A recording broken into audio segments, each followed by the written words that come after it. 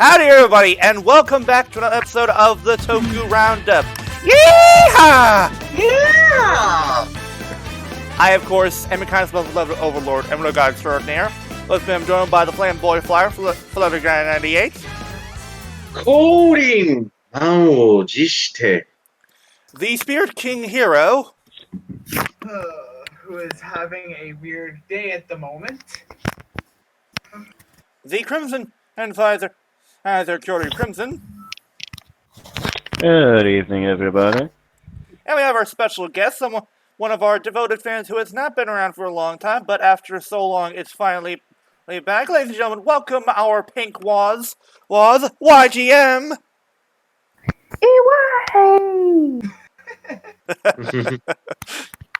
Hey, gotta work my gimmick.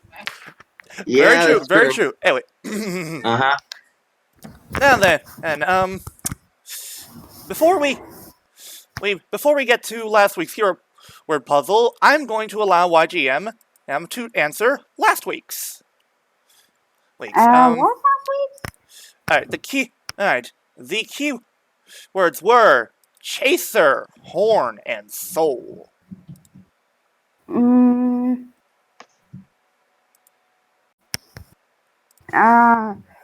That's a tough one. Try taking any shots in the dark. They are. Who knows?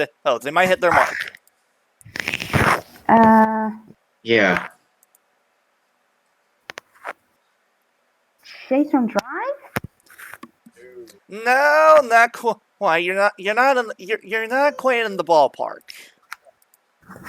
You're in the wrong. I will say this though. You're in the wrong Toku series.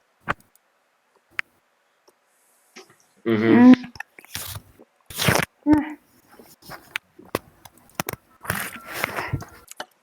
I give up. All right then. Well, I did give her a chance. That's what. And she tried. That's what matters most folks. Yeah. Anyway.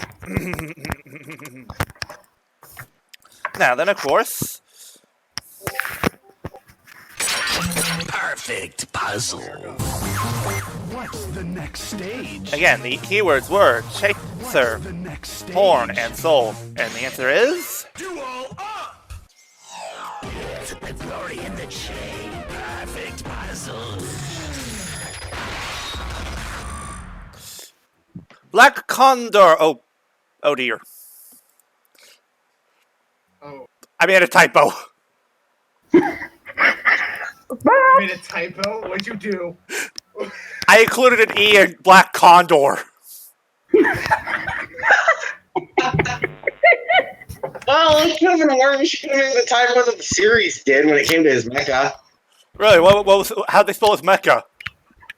Well, no. It's how they spelled. It's spelled Jet Condor instead of Jet Condor.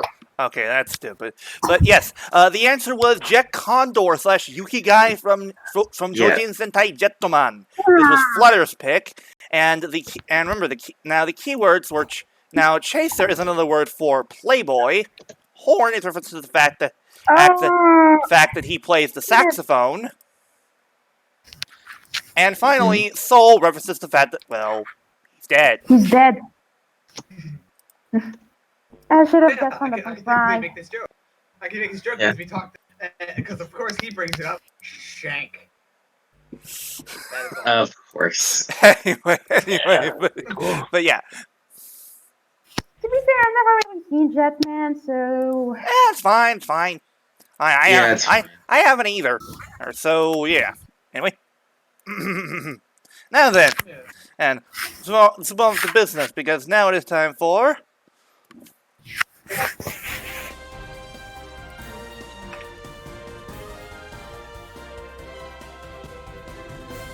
the Toku Roundup news. And who wants to take this first bit? I will, considering there are a couple articles down. I'm pretty sure that Kyori would want to take that one. Right. Now then. Oh, I see exactly what you're talking about. Yeah. All right then. So, So, in order to cheer children up during the current pandemic, after the Japanese Prime Minister Shinzo Abe issued a state of emergency for Japan, Toku actors have taken to Twitter to relay inspiring messages to using the hashtag Heroes Cheer Up Kids. Those actors include Masahiro Inoue, Tsukasa or Decade, Hiroki Ijima or Emu and Emu or X-Aid, Gaku Oshida, Gates and Geo, Shu Watanabe, AG or O's, Junya Ikeda, Gai Ikari or Gokai Silver and Gokaidra, and Takeru Jakuzure or Zen the Flame Sword Knight and Garo Yamio Tadasumono, Shinwa Kataoka, the actor that played Ren Kosaka or Gohan Blue in Engine Sentai Goanger, Ryuki Takahashi, the actor that played Kengo in Forze, Mitsuru Matsuoka, Katsumi Daido or Eternal in Double, Takashi Hagino, Takeshi Sakura or Oja and Ryuki, and Akira Suzumura, aka the main hero in Shoko Senshi Changerion. Hear me? You're gonna get used to a bit if you talk. Sorry. But yeah, Yuichi Nakamura, Kyosuke or transformed Kyosuke in Hibiki, and Yuta Sakurai or Zoronos and Deno, and Nao Nagasawa, the actress that played the Nami or Hurricane Blue and Hurricaneger, Shomi Yamamoto, Taiga or Saga in Kiva, Nanaga Nagisawa, Megumi or Iksa in Kiva, Shinya Nero, King or Dark Kiva, and Ayame Misaki, the actress that played Escape and Go Busters, and much more. We finally done listing off actors? Because I fell asleep halfway through that. Anyway, all joking aside, major props to all these actors and actresses in Japan who are wishing everyone well during this unexpected pandemic, which let's fear nobody expected it to get this bad. No. And before anybody makes Spanish Inquisition jokes, please, let's not. Also, wait, hang on. Escape did a video? It wasn't a video, it was a tweet. Ah. A lot of them were tweets. A couple of them might have done. Yeah, like only a handful of the tweets that use the hashtag are videos. And of course, one of them had to. Of course, the Costas actor had to fucking do a video. I mean, come on, man. He did. Yeah. Let's figure here. You're about to say Inoue did the best of all of them. Yeah, he did. Yeah. Still, now it makes me sad. There was nobody. An escape actress is wishing people well. Aww. Too bad.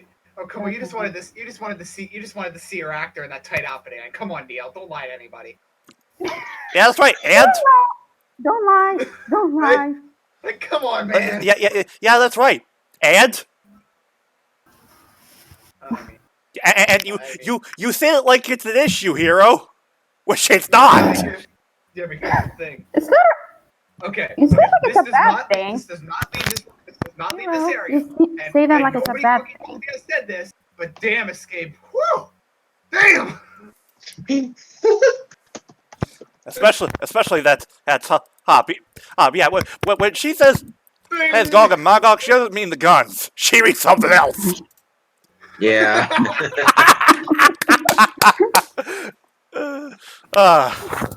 She really catches your attention. Yeah. Anyway, moving on from that. Apology. Jeez. Ease to the actress. We couldn't help ourselves. Anyway, next up, we've got I don't know how to feel about this. What the fuck is this? I don't know. It's not it. I mean, not it. I mean, fuck it. I might as well take it just so I can try to make sense of this fucking stupid shit. Okay. So, a company the cosmetic Japanese cosmetics company. I guess it's like Fan L or something like that. Fanco. Sure. Has created their own super Sentai team named Plant Sentai Botanical Force. What? Yes. Yes. And each member is meant to be some like an anthro, basically something in the Anthropomorphized. Yeah, that's basically. the way I read off the whole. What the hell? The Seiyu for the team are Takuma or Taiga, Yoshimasa, or the specific Yummy. Yeah. Yummy? The Ageha Yummy? What? Uh-huh. Yeah, Yummy. Yeah. And, let's see here. Takuma Terashima, Nichi Suwabe. Suwabe and Ryuhei. Ryuhei. Kimura. Which was Shinjiro Haiten, the Swordsman, and showed how a customer's purchased an item from the line they later. That's just. What the fuck did I just read? I have no idea. Yeah, should we move on? Because Japan, Hero. Because Japan. Let's just Can I move take the on, next please, one? because I don't know what's going on. I'm pretty sure Scotty wants to take this next bit, given that it's a series that he's familiar with. I mean, by all means, I'm a gentleman. No. All right, go ahead, YGM. Okay, well, go ahead. Damn it, Hero. Live action Anyway. God damn it. Live action films related to COVID-19. The website for live action. Hold it. I don't think you're reading off the right article. We're on the Grand Blue one. We're on the Grand Blue one, right? Yeah, Terrible. this one. Okay, I think from now on, we should highlight whatever article we're currently reading. Agreed? Agreed. Yeah, that makes it easier. All right, then. Go. Live action films related to COVID-19. The website for the live action films has announced that release has been delayed to COVID-19. The film was originally 9th in Japanese theaters. Yeah, this was kind of expected, to be honest. Yeah, and to be fair, it's not really their fault. Again, no one could have prepared for this. Yeah. God damn. Really? What? I saw that. Okay. And also, I know that there's currently rumors going around that apparently COVID-19 was created in some sort of lab or is man-made. And okay. Hey, let me just. We here on the behalf of the Toku Roundup do not believe that because honestly, it sounds like a whole bunch of poppycock. Mm-hmm. Like seriously. I never heard anything. Yeah, apparently there are rumors that COVID-19 might have been created in some sort of lab somewhere. Oh, I've heard that before. I mean, just, we should also just take it for what it is. Is this the Earth saying, alright, I need to do some seasonal cleanup? Yeah. but still, oh my still, god. Still though, it's very unlikely. And if it was handmade, then one, I want the son of a bitch who made it caught. Yeah. Caught. And Yeah, but the main reason that thing gained Didn't traction it was go in China? apparently near Wuhan, China is one of the largest virus banks in the world. Okay, Yeah. okay. No, it's China's fault. Look. Just because it looks like China might be involved doesn't mean they are. Look. I'm the man. I'm the not kind. pointing fingers at China. I'm not pointing fingers at China. I love their food. I am going to look. If it was done by them, I'm going to wait until there's some further proof to validate this, because, quite frankly, right now it sounds incredibly far-fetched and more importantly, chasing on this conspiracy would be very disrespectful to anyone who has currently died or is in current critical condition because of said virus. Yeah. Me, China, first video. I don't know what you're talking about. Anyway, who wants? So I get that there's going to be a fight for who's going to take this next bit, either or Scotty or Hiiro. But what made you think there was going to be a fight? Well, because you're both old Ultraman. I expected him to take that. Boo! What Boo! DLBot? X is not really one of my favourite ultras, so he can have it. Alright. Well, Hiiro, you heard him. It's all yours. Take it. Yeah, so the streaming service by Mill Creek has made Ultraman X basically has made it ahead of schedule, which is April 21st. Series and movie purchase this bundle $35 basically. And the week you purchase individually $14.99. And it comes with English subtitles and English dub. I'll stick to the subtitles, thank you.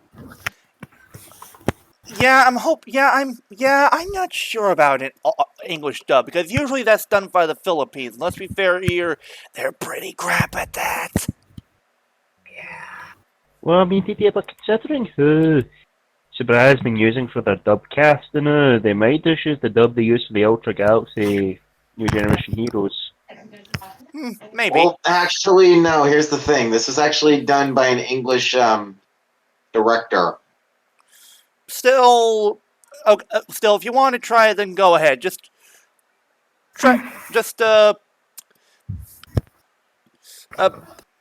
Walk with trepidation. Yeah.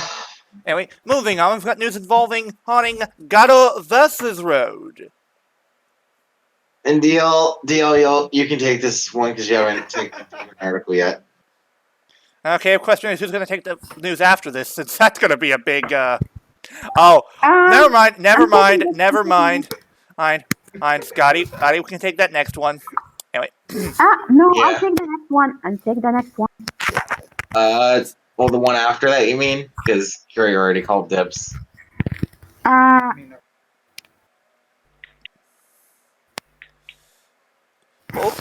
can take the number 7. Yeah. The 7th one in. Anyway, deal. Okay. So we have news involving Gato versus Road involving apparently our favorite unfrozen spaceman lawyer, your ho soldier, or aka Keisuke Minami, he who also played Bengoshi in Zero One, has been Another page in his legend. Yes. Has been cast as Ko Mizugane in Gato vs. Road. He stated he was very happy to be working on a Garo series due to the franchise being one of his favorite Toku series and has been around for as long as his career as an actor. Good for him. He's fine. Good for him. This seems like a year when actors, hers and celebrity, he's involving Toku are getting their wishes is to come true. Yeah. Anyway, so before we begin, who is going to take the Toei Tokusatsu world news? Scotty or your YGM? I'm taking it. I called the dibs, and I was a gentleman before YGM, but I want to talk about this. Okay. YGM, as compensation, you can choose whatever arc you want as your next as the next one you cover. You can make any one of them. Number 8. Just Number 8. just say the number the arc is related to, and it's yours. Number 8. Ah, the one with AG. All right. Scotty. Iteyo. Uh-oh. Allow me to start this. Ah, now you know how it feels, Toei. God damn it, Toei. Yeah. On April 5th of this year, Toei decided to do the best thing they've thought of in a while. Release Tokusatsu from the mid-60s through 80s, maybe early 90s, to the world through the Toei Tokusatsu World channel. However, them and their infinite stupidity forgot to whitelist their channel from YouTube's copyright bots. And within mere hours of the channel being up, boom, boom, boom, boom, boom, boom, boom, boom, and the channel was gone. Oops, that was not medicine. So, All I had to fans. do was release copyright by, and boom, no more Toku. Yep. Now, for some who watch the channel, yes, there are some things that are region locked because some countries have certain properties.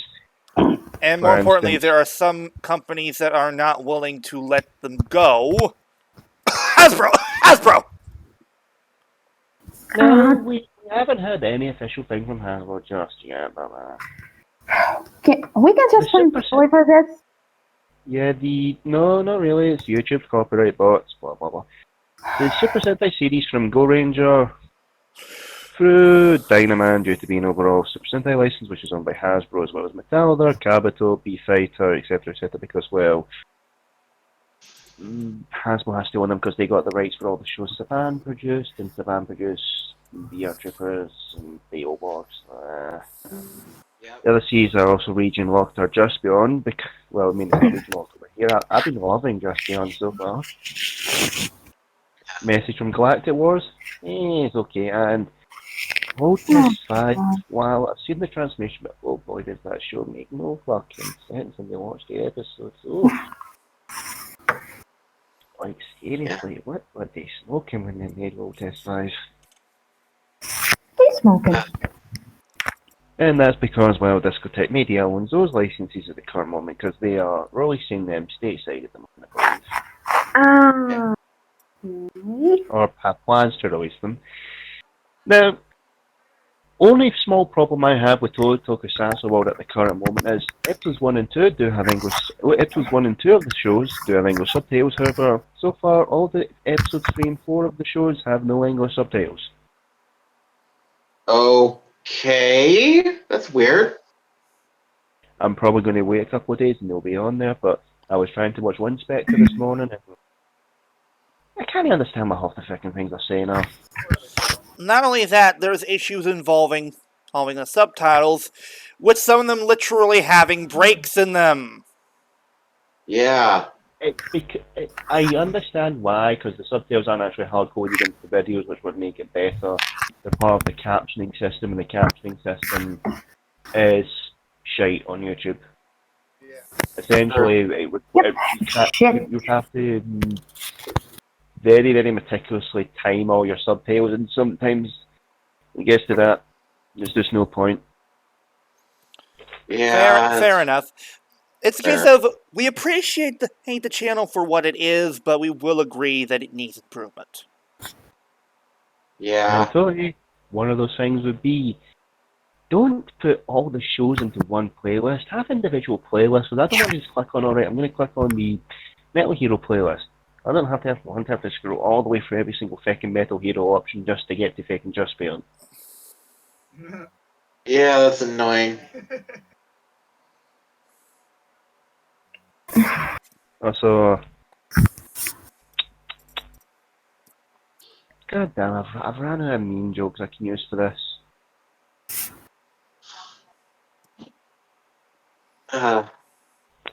Also, once, if we've said it once, well, we'll say it again.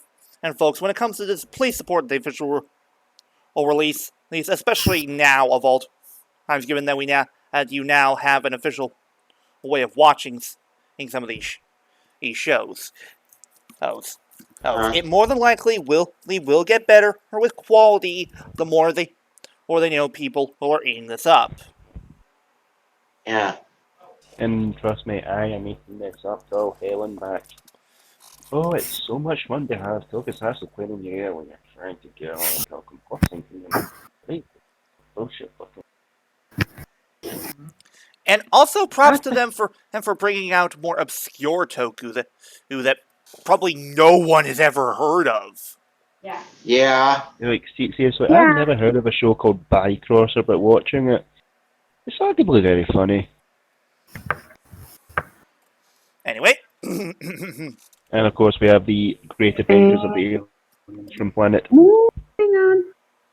We have repeat that. I didn't hear you. We have the Great Adventures of the Brothers from Planet Dada. We're bringing that joke back.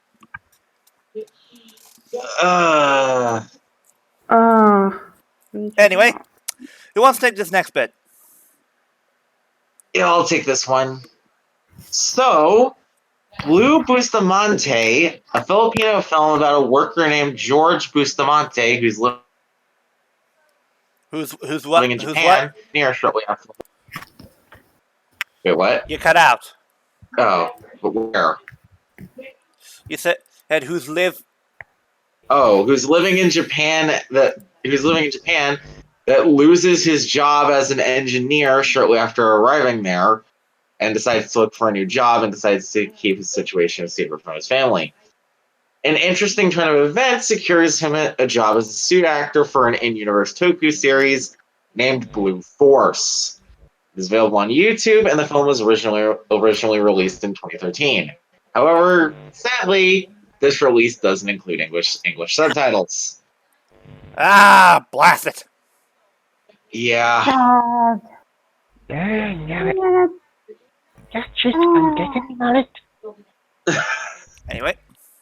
Anyway, yeah. But yeah, moving on from that. YGM. Or are you not done? No, I'm done. Okay. YGM, you can take this next bit involving Mr. Shu Watanabe. Yeah. Shu Watanabe changes talent agency. Shu Watanabe, the actor that played A.G.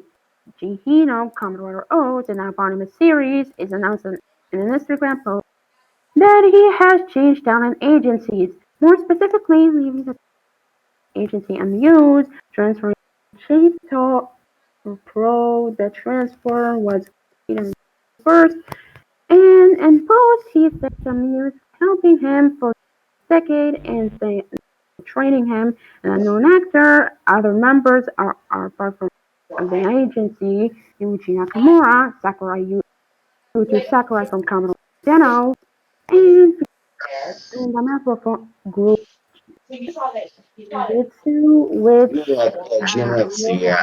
Yuichi Kazuoka, Kamen Rider Zoka from Kamen Rider Ryuki, Shirakawa. Which is Iko. From Kabutoraja, a hurricane bird. And there's, I can't even read that. Kazuyoshi Sakai. Kazuyoshi Sakai, Gal Black, Gal, and Go Gamego Ray. Wait. Gal Black played a Grongi in Kuga? Apparently, yeah. Wow. Apparently. Oh my god, that means when we get to the episode of Squirrels, we can make all the Gal Ranger jokes. Yeah. Anyway. Wait, but, remember. Yeah. Moving along. And here you can take this next one, considering who it involves. I mean, it involves two people. You on a but bit? it's kind of weird. Okay, so Yeah. Taku Sato and Keisuke Watanabe, the actors that played Ryotaro and Waz, obviously, Oh, Yeah. recently appeared in an issue of Nala magazine, and due to the success of the issue, they received a special issue of, I think it's like a special issue of the magazine again, titled Taku Sato and Keisuke Watanabe 9 for Volume 1, which will have pictures that weren't featured in the cover.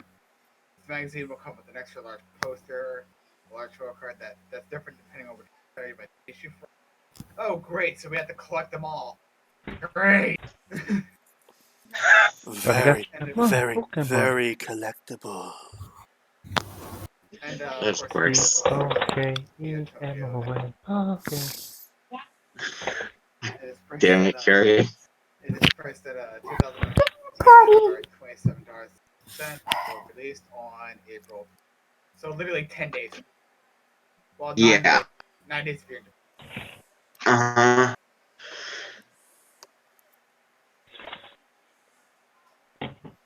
But yeah,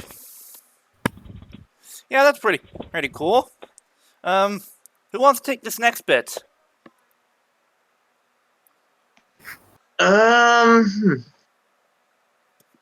Oh yeah, this. Carrie, you can take this one. Oh, shit. Oh, shit. Fuck. Shit. Fuck, shit. Oh, Okay. that's what's numbering. So I had to get rid of the little gap there, and it did. Ah! Okay, Whoops. are we good? Yeah. We're good. We're good. And he's done.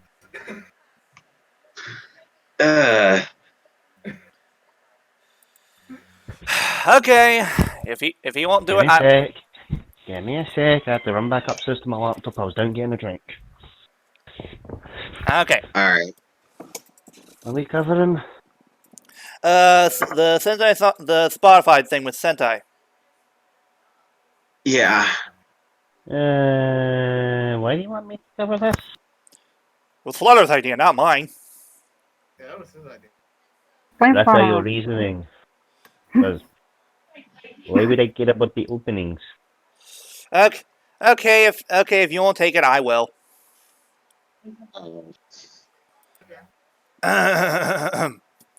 So, for those of you who aren't aware, recently, Nippon Columbia has recently released all the main opening and ending themes from every Super Sentai series on Spotify. They are bundled into the Super Sentai series theme song collection and series, with Volume 9 being ones that include the opening and endings for most of the reason and series. To find the album, you need to search Super Sentai in the web player or app search bar. Sadly, unlike Kamen Rider, these singles and OSTs are not included. Yet. Yeah, that'll change eventually. They're gonna eventually. So. Mhm. It's only a matter of time, and honestly, it's good that they were able to get all of the music and the music since the one problem with the release of Rider was they weren't able to get any of the music from Hyuga to Agito. Yeah. Which, while is understandable, it still does suck. Uh-huh. Especially since nowadays it's impossible to find Kuga's opening. Yeah, that is true. Anyway, yeah, good that Sentai is getting music on Spotify. Sorry, it's only a matter of time until Ultraman does. Yeah. Ooh, yeah. Or no, wait, Garo. Oh yeah. Maybe. Hey, all they need is Jam Project, and they're golden. Since we're, no pun intended, I swear. Totally no pun intended. I literally didn't realize the pun until after I said it, but yeah, all they need is needs permission from Jam Project, and they can pretty much go ahead and release all the music. Because remember, besides a few cases, Jam Project is responsible for every Garo soundtrack. Yeah. Anyway, now then, who wants to cover this next suit involving the father-son? Hiiro, go ahead. Considering what the next one follows, or what this one's followed by, because I'm pretty sure that Kiri would want to take that one. Fuck that! He's not taking this. I am. Oh, really, DL? Zero is my boy. Oi, Scotty, I am not letting you take this from me. Zero is your boy. Z is not. Yeah, but he still has relations to... And it's not only that, Riku's in here. Come on, dude. DL, I believe the game can only be settled in one way. Jean Kempo.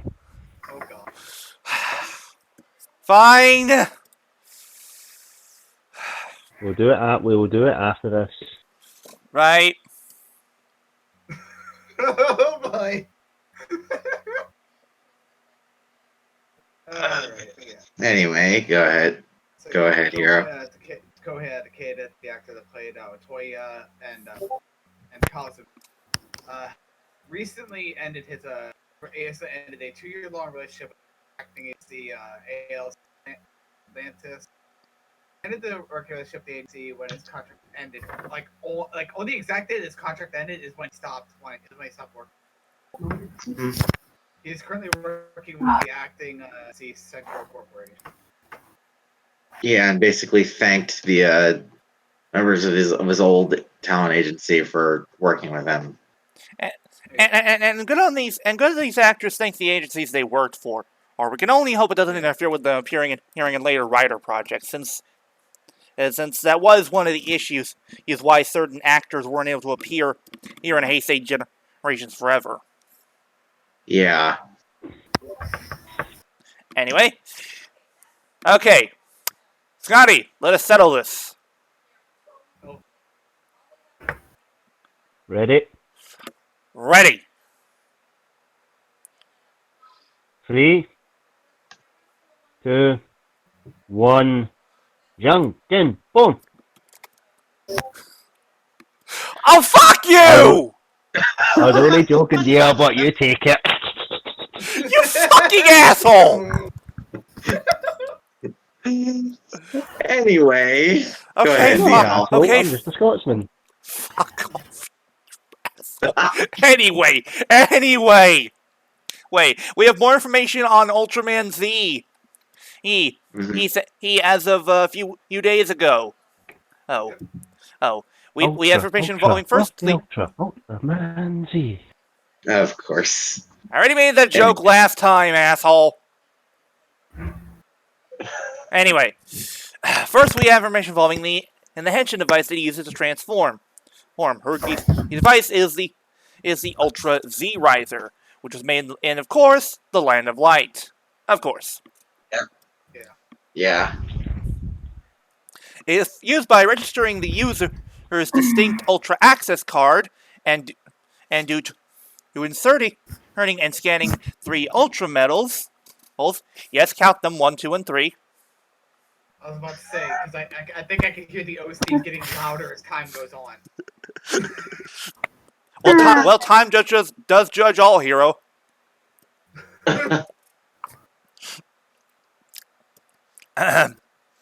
Z obtains a new form. Also, surprisingly, the M can be used as a weapon, and after being used as a Henshin device. Yeah.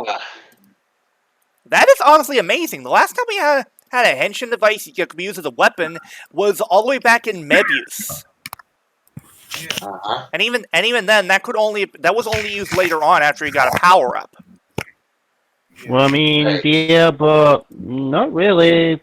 Ginga could use his spark thing as a lance. Yeah, but that wasn't until later. That wasn't until the very end. More importantly, and not only that, the device couldn't become that. It basically. Yeah. In the content of the toy, you had to buy a separate item. Anyway. Uh-huh. You're arguing semantics. Anyway. While transformed, Haruki can use 3 medals to activate special attack with the item. The Ultra Access card is an authentication key to grant access to the item, and in Haruki's case, it features his picture and his name in the language of the Land of the Light. The Ultra medals, however, contain the powers of previous Ultra. Calm down, come back. This is the anniversary series. They are okay with doing.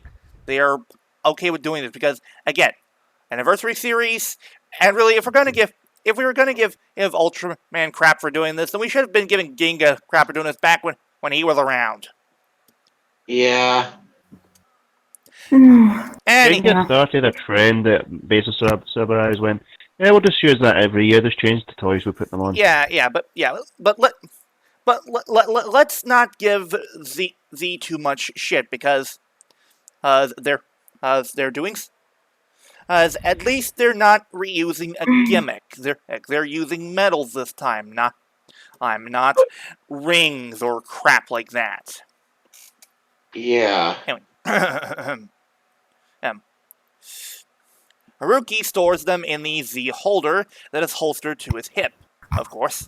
The medals are revealed. Looks like a lunchbox. Revealed are of 0, 7, and Leo, which makes sense since each one of them was a master to the other. Yeah. They allow Hiiro to obtain the Alpha Edge form, which is an agile form which specializes in spatial martial arts, which has been taught to him by Zero, and he specializes in quick karate-based moves.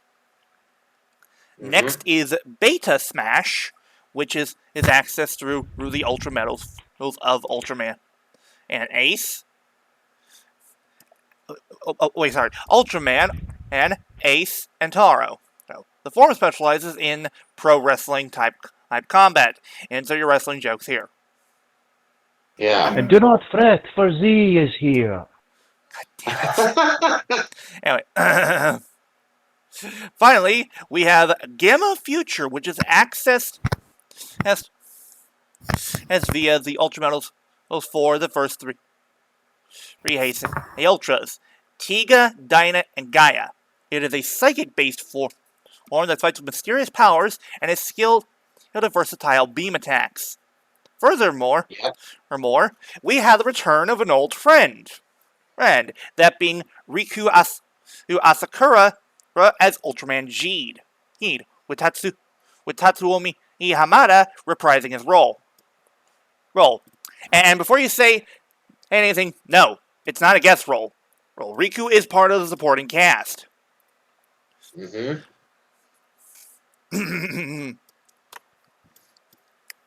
He will use the Ultra Z Riser and will obtain the Ultra Access card and Ultra Access card and Ultra medals of his own. Those being the Ultra medals for the first 3 new generation Ultras that came before him: Ginga, X, and Orb. And gains access to the form Galaxy Rising. Finally, the opening and ending of the series have been revealed. Those being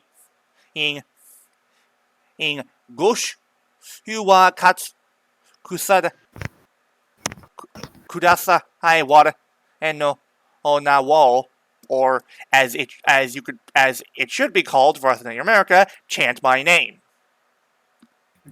Hey, Flutter. Say his name. Yeah. Ultraman Z. You're goddamn right. It doesn't matter what your name is. Of course. You fucking whatever. I made a Heisenberg joke, you asshole. Anyway. Now, this might not sound all that exciting, until you find out who's performing this song. None other than one of the members of Jam Project himself, Masaki Endo. Who has not... Do you believe in Nexus? I was waiting for someone to make that joke. I mean, I'm pretty sure Masaki Endo does, given he's saying Hey, Ayusa. Yeah. Yeah. Anyway, he previously performed the opening theme for Abba Ranger, and the last time he performed a theme in Tokusatsu, performed a song in Tokusatsu, who on his own was Deca Break Zenkai from Deca Ranger. Then we have the song. We have the song "Connect the Truth" by Nami Tamaki. The series is written and directed by Kiyotaka Takaguchi, who has previously worked on Ultraman X and Orb. The series will premiere on June 20th at 9 a.m. on TV Tokyo. And here's the thing, people. Masaki Endo has said he's been wanting to perform an Ultra theme for years. So this is a big deal. Sentai under his belt, and all he needs is a rider. Same way Hamada. Hamada's done Sentai, he's done Ultra, he just needs a rider roll under his belt, and he's got the Trinity. Oh, it's only a matter of time, you know it. It's only a matter also, of time. Anyway, also we have we have information regarding the right. Can I say something? Well, real quick, I want to talk about the writer and director. He has said actually that when he came to this, he wrote the ending first and then before anything else, which is a good sign. Alright, and now before we continue, let's talk about these forms. We've already talked about the main form. Let's talk about the rest of them. Which should we start with? Me being the Ultra fan, I don't mind the forms in general, but I want to see them in action because I've always said still pictures don't do it for me when it comes to forms. Like I said, I was going to hate Build Genius when I saw the pictures, but as soon as I saw in action, it kind of grew on me. Yeah, true. Anyway. A lot of suits don't lend themselves to the still picture format. Right. But let's at least talk about how they look from what we're seeing. Let's start with Beta Smash. Can I get some images, please? Grinder. Yeah, Grinder. Yeah. Oh, is Beta Smash the one in the middle? Yeah, that's the one. Yeah, it's the red one. Oh, so that's where the joke for the reincarnation of Redman came from. Yeah. God damn it. I was wondering myself where those fucking jokes came from. I was like, oh, there they are. And to be honest, I know that we don't like this Ultra, but a lot of parallels with Zereth. You too, huh? No, but you want to know what I've seen a lot of people point out? Look at the face of Beta Smash. Yeah? That's Tregear's mask. Wait, what? What? Wait, hold on a fucking minute. Look at Beta Smash's face. Hold it. Let me get an image. Just click on the image of Beta Smash and it'll bring it really far. Let me see here. Let me see. Okay. Alright, let me see here. Okay, Ultraman Tregear. Here we go. Look at Tregear's face and look at the mask. They're very similar. They're not exactly the same, but yeah, I can see the similarities. Oh, so yes, we're probably going to be seeing Tregear in this series. People, please stop complaining. He's the replacement for Belial. Even if he is gay for Taro, please. What happened to the good old days when Ultraman had different adversaries from season to season? I don't know, but if they do give us an original villain and instead of Tregear being the background, I'll be fine with that, but they did say Tregear was going to replace Belial as an overarching villain, so they're stuck with him till they kill him off in about 10 years. I am fucking sick of Tregear, especially after that crap from the novel reveal. It was basically gay for Taro. Taro-senpai, notice me. And YGM, I'm not even joking on that. That is legit. That is official canon to the Ultra series. Tregear swings both ways for Taro. And the reason why he became evil is because Taro broke his poor little heart. Yep. Also, I cannot take Galaxy Rising seriously. My only response to that is this: blow me. Mm-hmm. Yeah, yeah, but just be careful in case Tregear does appear and does that. Anyway, but to be honest, Alpha Edge looks pretty decent. I like how they're incorporating the like little light that Seven has on his forehead and not to mention furrowed brow look that his eyes have.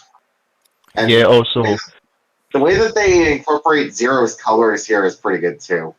Yeah, Flutter. Also, looking at this, finally they put Ultra armor on the legs and not just the arms and upper torso. I've seen that. Yeah, leg crystals. Fucking finally, Jesus Christ.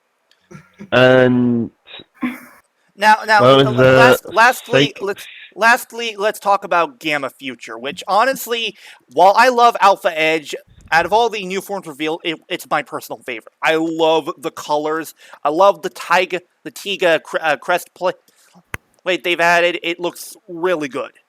It does, yeah. I mean, his suit is literally just a Picasso painting, so Yeah. Now let's talk about Galaxy Rising.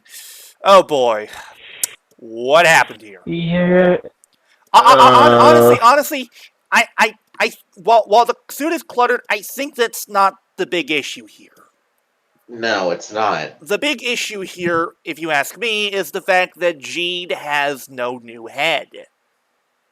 Yeah, that is weird. It's just the base Jeed head on a new body, and while sometimes that works with the style for other forms, in this case it does not.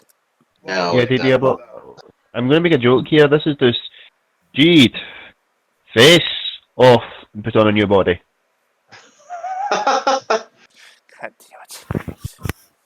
Still though, regardless, I am glad to see Riku back for the series. I know people are going to be annoyed by it, but I'm personally not, since I loved his character, in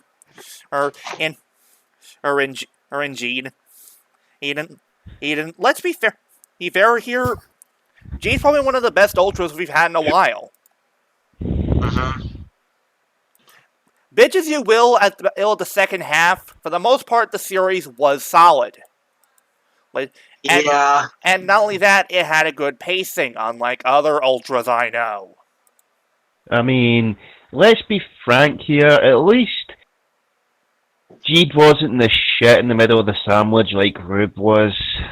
Like, Tiger's good-ish. Jeed's great. Rube, it's the bologna and the pastrami in the middle of the sandwich with the wrong sauce. And then we had to deal with Diet Don Croto. Yeah. Let's not talk about Lord Black Noir Schwartz. Anyway, but let's not talk about him, please. We won't. But regardless of questionable new form aside, it is great to see Riku come back as a full member for the series. I like when shows do that. It feels like a nice passing of the torch sort of thing.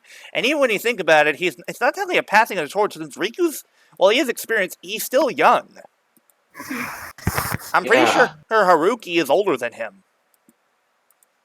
I don't know, but one thing I'm going to love seeing from the show is Z literally just going up to Jaden, like, I'm Zero's disciple, not you. Stop hogging my spotlight.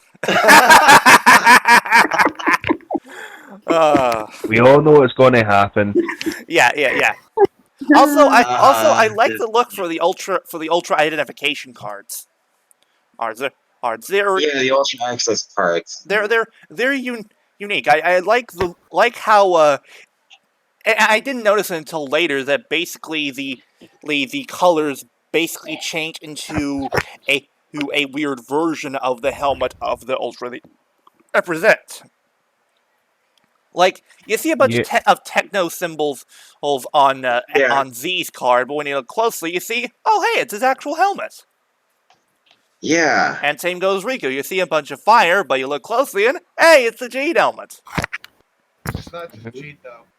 I mean, the Jade one's more noticeable, but one thing I'm going to point out here, they are literally just kind of reusing a similar style to the X and Orb cards, so that's not really a bad thing since these would have been pretty easy to make. But can we at least get, I don't know, a version that has English at the top and not the Ultra language? Because I'm sorry, Ultra hieroglyphics are not fancy, Subaraya. Though, Kyoryu, the katakana, the toy versions Also, have proper, text. Also, I do like how exactly the metals are sort of how the transformation goes. The metals are basically scanned by basically sliding the blade across the card. Yeah. Gunning charge! God damn it, Yeah. Trot. Anyway, but yeah, we're somewhat excited to see what Z has in store for us. Especially me, since we get to see Riku again. That's not a bad thing in the slightest. No, it's not. But if you looked really close to G's card, the extra little details there, it's not just G's head. Take a closer look at that. Is that the other Ultras? Nope, that's partially Belial's head in there. Oh shit, you're right! Because it curves back the way it curves back, it adds on to G's head at the same time as making it Belial. Yeah, that is true. That's a nice touch. I like that. Anyway, moving on from Ultraman, let's move over to Hyper Hobby. Who wants to take this next bit? Where the fuck's Hyper Hobby? Magazine. Never heard of them. I've never heard of them. Yeah, it's a magazine. I never heard it there. Yeah, I'll take this. Yeah, I'll take this one. So I'm taking the next one. All right. So the Tokuma Shoten Publishing Company has announced the publication of Hyper Hobby magazine, which was released on April 1st, was the final issue to be published. Yeah. The magazine specialized in Japanese entertainment media such as Toku, like Super Sentai and Ultra series. Volume 15 focused on the most recent Super Sentai series, Machine Sentai Care Major. What? So yeah, so it sucks that this magazine's ceasing publication, but yeah. Yeah. Now we got to we got to bring the mood down because people, we got another death in Toku. Yeah. And unfortunately, it's a very recent one. You said you were going to take this one, YGM? Yep. On April 12th, Air Agency announced that its founder, Keiji Fujiwara, passed away at age 55 due to cancer. He's mainly a prolific name. Actor. Anime voice actor, and his well-known is it? Mace Hughes. Mace Hughes, Alchemist, Leorio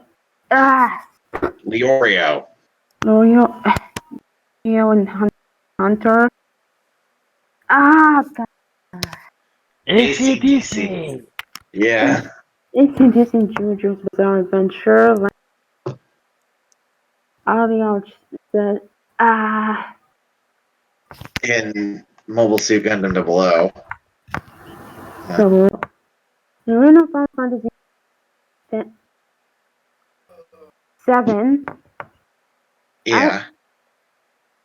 As in children have a hit for this remake of the game, which which is one of his own role. However, when it comes to Toku, his main roles are Chihenne from Toku Sentai Go-Busters and Jackpot Saga from Kaito Sentai versus Lupin Ranger versus Kaito Sentai Battle Ranger. The other Toku that's in our Yeah. Yeah, this is oof, this hurts really bad. Really bad. Really bad. Because yeah, this is gonna make rewatch Go Busters as such really difficult. Oh. And I'm going for JoJo Part 2 now, so I'll be paying my respects when I get to AC/DC because I am watching sub. Anyway, but condolences to all his friends and family. We give you our best wishes. As a quick moment of silence.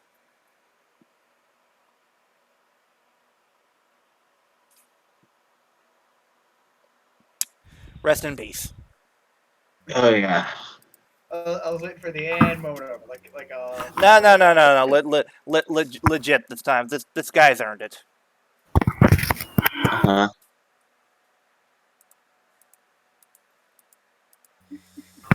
Anyway. Now, moving on from that, we've got more happier stuff. We got toy news next. Who wants to take this next bit? Now we're on to where the real money from the TV shows are made. Merchandising. God damn. I'll take this. So, yeah, I'll take this. So, Bandai has revealed the next items in the Rider Kick Figures Legend series of figures. Those being Kamen Rider Joker and Double Cyclone Joker Extreme. Joker comes with 2 sets of interchangeable hands, and Cyclone Joker Extreme comes with the Prism Sword, Vicker Shield, and a set of interchangeable hands. Joker is priced at 2,750 yen, or $25.58 with tax, while Cyclone Joker Extreme is priced at 3,300 yen, or $30.69 with tax, and will be released in May.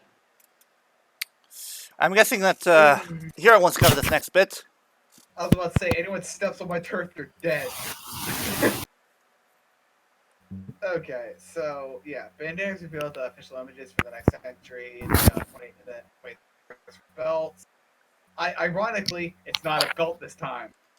Yeah, and real quick, can I make a nitpick about this? Go ahead. So this is the 20th anniversary DN driver, right? This is like the original. This is like the original version, right? Or rather, it's supposed to be like the original release, right?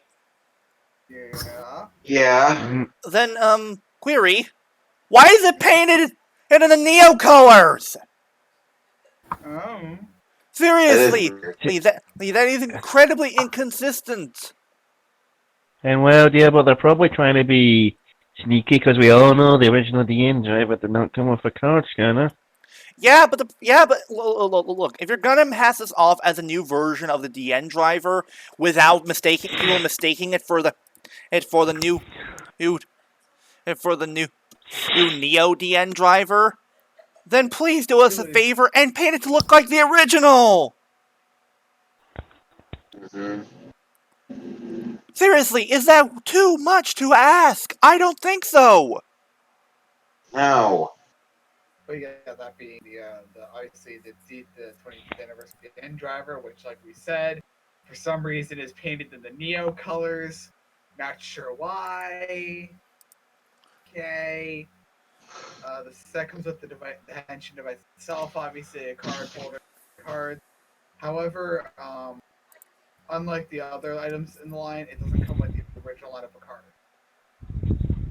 So basically, it doesn't come with all the cards. It comes with just the secondary rider and the attack ride cards for them.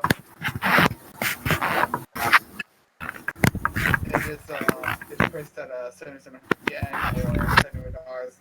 You want the tax? Available release literally next week, actually. Well, the 25th. I'm not sure how to feel about this. On one hand, it's good we're getting a different release of the DN driver. However, but on the other hand, again, guys, you really couldn't have kind of painted it to look like the original? Guys? Yeah, the hell? Yeah? Ah, never mind. I thought I dropped. Oh, don't worry, you're fine. Yeah. Still, though, at least we're getting at least some version of the DN driver, and I might pick this up because I've been meaning to add one to my collection. Right. No way in hell am I ever going to get my hands on the Neo or the CSM one. As much as I would love to have the CSM one, given that it lets you turn to Chimonako DN. Uh-huh. Mm. Didn't they do a CSM Neo DN driver anyway? No, the Neo Dan driver is just deluxe. It's just the DX version. They didn't do a CSM yet. Give it a couple of years, we'll do a CSM, and DLBot will probably be earning some money by then. Well, I'll have to see. Anyway, moving on from that, we've got 01 stuff. I'm taking this. Alright, go ahead. The X-Progress said to official Bandai has the official images for the X-Progress set. Two, the X Crushing Buffalo, and well, he said these are progress primarily and the leaguers are in the show, but like all of the X-Progress are compatible. The 01 driver and other Henshin series items. The set is an Amazon Japan exclusive price at 3,000 yen. 3,000 yen. $30.60.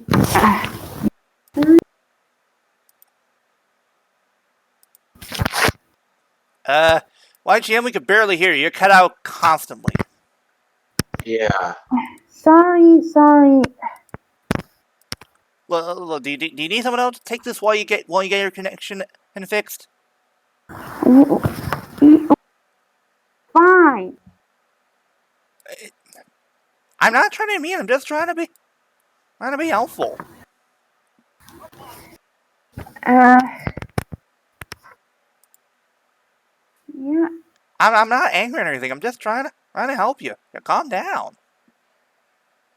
No. I'm not mad. My internet's fine. Huh? Weird. Anyway, you'll have to read it off again, and YGM, since we didn't hear you before. Okay. The X-Progress key set to official images revealed, but god damn it. Bandai has revealed the official that the X-Progress key set 2, the X-Crushing Pocono, Splashing Whale, Progress key set. These are progress keys that are primarily used in a Raid-Riser in the show, but like all the X-Progress keys, they're compatible with the DX01 driver and other Henshin series that is an Amazon Japan exclusive, and is priced at 3,300 yen, $30.69, and will be released now. It's nice that we're getting more of the Raider progress keys. Yeah, though, let me check something real quick, because I want to be sure of something. Let's see here. 01.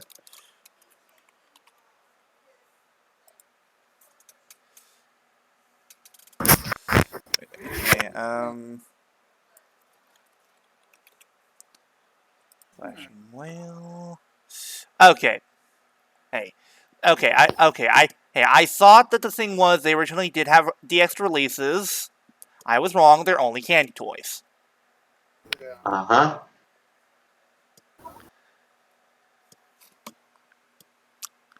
However, oh wait, never mind. On the other, her key he doesn't have a DX. It's just a complete candy toy. Jesus. If you assholes are gonna make all these exclusives? Bloody hell. Yep. Anyway. Wait, but, all I'm gonna say is, be sure not to blow your money on these. Good one. Of course. Thank you. Next up, we've got a shit ton of news involving toys for Z. First, of course, we've got the Z Riser, which, of course, is accessed by using the Ultra Access card, or then moving the blade of the item, scanning the metals, blah blah blah blah blah. The official site only includes includes the ones for Alpha, Edge, and of course, like I said before, when you scan the metals again, it will allow you to perform a finisher. It is priced at 6,050 yen, or $56.27, and were released on June 20th, which is the premiere date for the series. Oh, timing! Yeah. Next is the XZ holder, which is the storage item for the Ultra metals. Is capable of holding 20 metals. Holy crap! Jesus. Uh-huh. Okay. Yes, and I love the joke people are making one of this. It's literally a lunchbox. Uh-huh. Mother of God, it is! Fucking is! Yeah. Son, did you make sure to pack your lunch today? Mom, I gotta go find monster.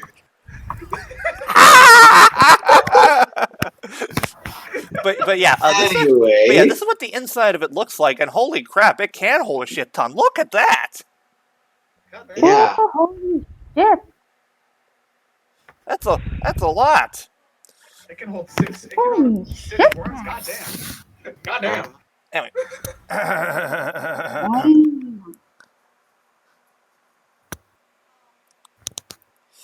Yeah. Anyway, and it comes with the Ultra Medals for Beta Smash, which includes the medals for Ultraman and Ultraman Ace and Ultraman Leo. Wait, what? Yeah. Are you sure? Oh, wait, whoops. Wait a second. My mistake. That's Taro! Taro. Sorry. Or wait, hold on, is it? No, it's... Wait, let me see here. Oh. Yeah, it's Taro! You forgot Taro! You forgot Taro, you dumb idiot! Whoops. Damn it, Mistake. Flutter! How dare you forget Taro?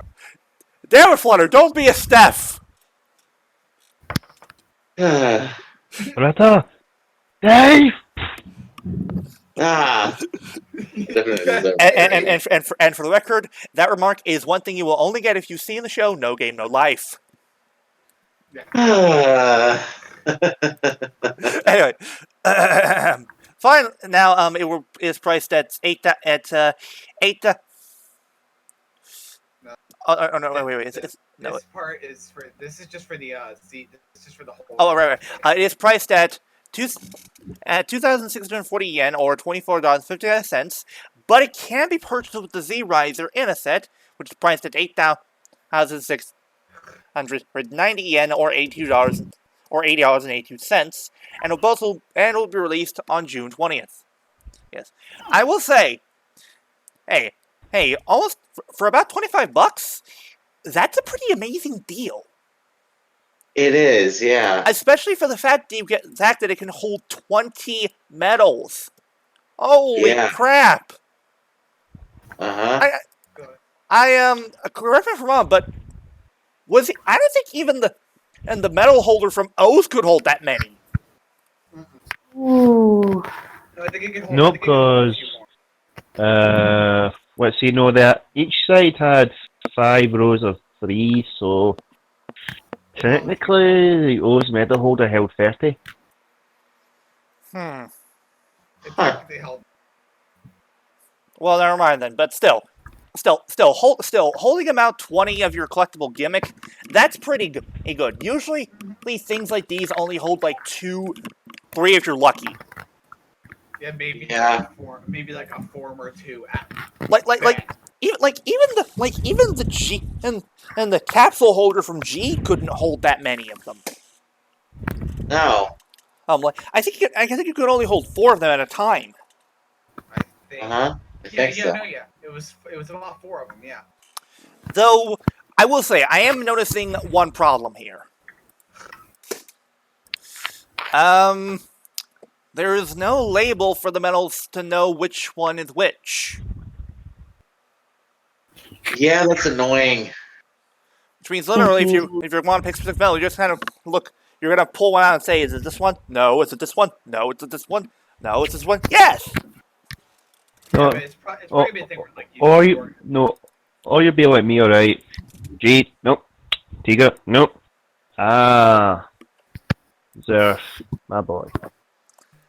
Jesus. You know, if you ask me, they should have basically tried labeling each metal with outer metal with a color. Yeah, I see that. Maybe done a basic form, like Beta Smash have like a reddish color to it. Alpha Edge would have a bluer color, and like maybe fucking one that we're about to get to, Gamma Future in a minute. That one could be like purple. Or maybe yellow. Who knows? But still, good idea overall. Anyway, last up we have the Ultra Metal Gamma Future set, which of course includes the Ultra Metals for the first 3 Heisei Ultra, which include Dinah, Tiga, and Gaia. Yeah. The set is priced at 825 yen, or $7.67, and were released in mid-September. Really? It's gonna take that long? Jesus.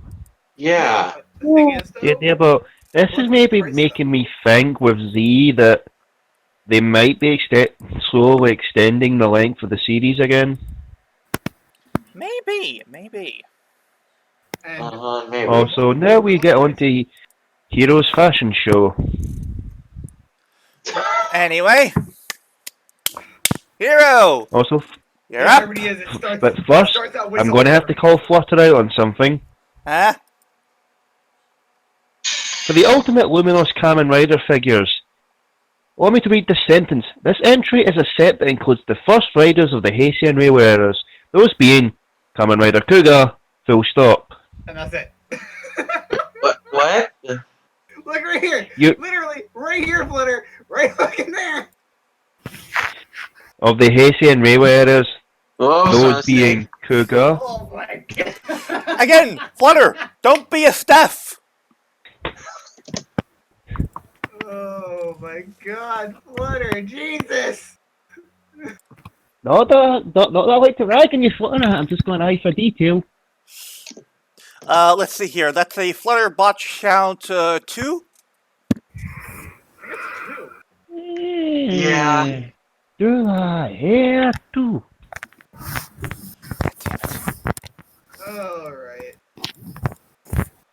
Alright, so me and Ben has revealed the next entries into the Ultra Jewelry items. Of course they did, because you gotta release the stuff from Ultra.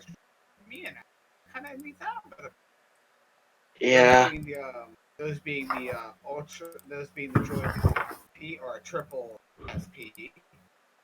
And Ultra Guard from Ultraman 7. The jewelry includes this pendants that are made of designs based on the symbols for those two, as well as a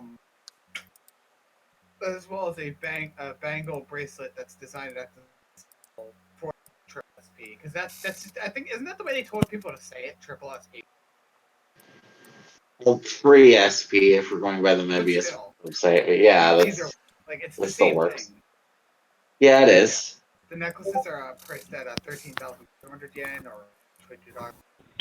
Tax. Bangle bracelet is priced at 13,050 yen or under Toei Sunrise in 88 cents attack. They will all ship. Uh-huh. Yay. Yeah. Anyway, yeah, I'll cover this next one. So, Korean Bandai has revealed the next items for the Ultimate Luminous line of figures. However, Yes. they're actually expanding the line from the Ultra series to the Rider series. This entry is a set that includes the first Riders of the Heisei and Reiwa eras, those being Kuga and 01. The set comes with 2 LED units that are insertable into the figures that can light the eyes and belts up. The figures stand at 135 millimeters tall. The figures are priced at 6,200 yen or $57.66 with tax each, and will ship in September. It's only a temporary break. It was only a temporary break. Now I gotta get back to this shit again. Aw, shit. Here we go again. Oh Oh, boy. boy. Premium Bandai has revealed the next entry in their line of clothing merchandise for Soldier, or you mean Rear Soldier. You snorger. Yeah. You guys are usual.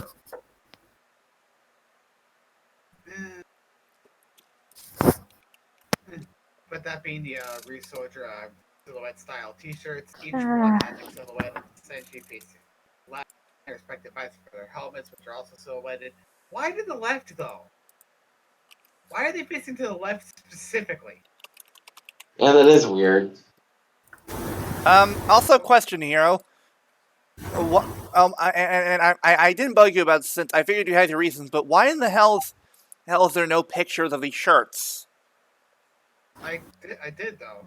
The one with the I sent you the. No, all I got was the Toei Tokusatsu logo. Or no, the Tokusatsu Network logo. Fucking. Whatever. You can look it up yourselves. No, I had the fucking image. It was, but like I guess when I saved it, I guess I clicked on the wrong thing and saved it. It's fine. I mean, it's Resource is boring enough as is, so. Yeah. Okay, but the t-shirts also have the words K-Boom and We're So Cool, respective G name, and character name, obvious. Yeah. They are priced at 3,850 yen or $34 tax, ship in June. Like everything else I've read off so far. All right.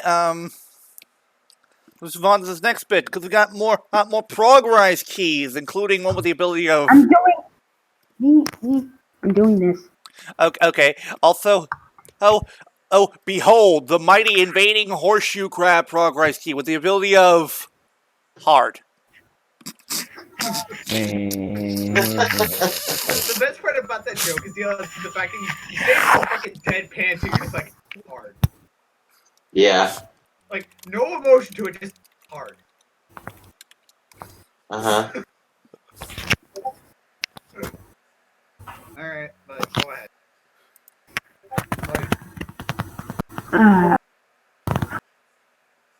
The extra price that one the storming penguin and the horseshoe crab progress is their main regulars in the series, but they are compatible with the DX Hidden 01 driver and other henshin items for that series.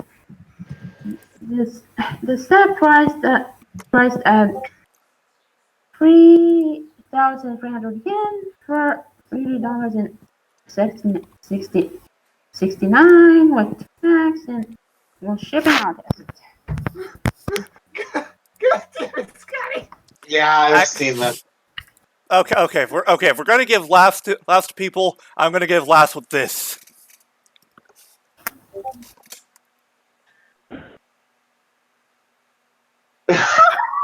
Yes.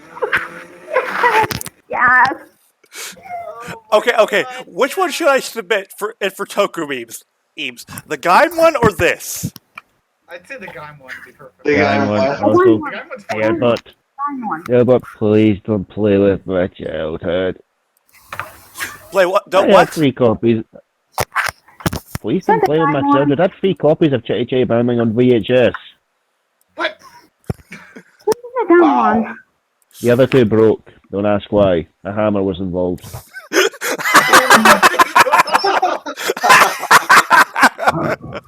I get the distinct feeling you don't like that movie, Scotty. Oh, I love the movie. It's just they wouldn't stand up straight when they tried to use them to build a tower, so I broke them in half. Right. Sure. We totally believe you, Scotty. No, we don't. Totally. Yeah, but I love the fuck out of Chitty Chitty Bang Bang. That was my childhood. Anyway, so I think I'll take this next bit of news here. No. Okay, Flutter. You can take this on one condition. You can take this on one condition. You have to cover platform too. Fine. Fun! So, Anyway. Korean Bandai has revealed the officially certified Izu figure. It is a non-posable figure that stands at 16 centimeters tall and is 1/10 as tall as her actress, Noah Tsubushima. Also, I've done the math. If that's the case, then she's at least 5'3". Ha! Shorty. Yeah. It can be displayed with the Rider Kicks figures for the franchise, and unlike previously released figures, it features high-definition digital prints that were used to replicate her face and the barcode used to sync the human gears in the series with their respective data keys. A video that was recently released that goes into the detail of as to how the figure was made. Yeah. It is priced at 4,950 yen or $46.04, and will ship in September. Yeah, I will say for a vinyl figure, that's an amazing detail. And for a quick refresher, here, let me just grab the image right here because holy crap, this is some impressive work on a goddamn vinyl. Yeah. Look at that face sculpt. Holy crap. Yeah. The thing is, Where if is you this? look at- you Now, look- where is this technology for the Lightning Collection? Not just that though, but you look at the head sculpt for when she's looking down a little bit. Like when she's looking forward, it's like, okay, it looks like a normal everyday face. Then she looks down ever so slightly, and then she gets the look of, I've seen some shit. Yeah. Kind of. And the reason I'm saying that for the Lightning Collection is because I feel sorry for whoever got this Zeo figure. Oh, right, that. Or as Toku Chris put it, hey look! What was it? Where is it? Blake Oh, Foster. where's Toku? Aye. Wait, is he missing part of his chin? No, it's basically the printer's missed a line, so the printer was meant to go on the lips, went on his chin. If you look at it, all the printing Oh for my the God. eyes, the eyebrows, and the mouth is all off. Oh my god, you know what it looks like? You know what it looks like to me? What? Sylvester Stallone. Oh, Edward! Adrian! Yo, Adrian! Also, this. Oh. Dance, detective, dance! Oh god, let me see this.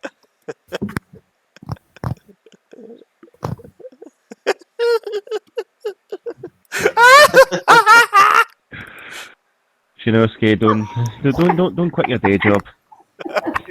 Day job, man, because you're really not doing it. Yeah. let's be honest. That's like What? When the Shinosuke never... Damn it. When the Shinosuke never slack off. She makes a very valid point. She does, yeah. Yeah, that is true. Anyway. Now then, moving on from that, we gotta cover the best news yet. Oh, what's wrong, Flirt? I thought you would happy to see more Deno. But it's God. platform. Oh, boo! Oh, boo-hoo, it's one form from Deno you don't like. Anyway. Hey, Flutter. It could be worse. Yeah. You could have got sword form.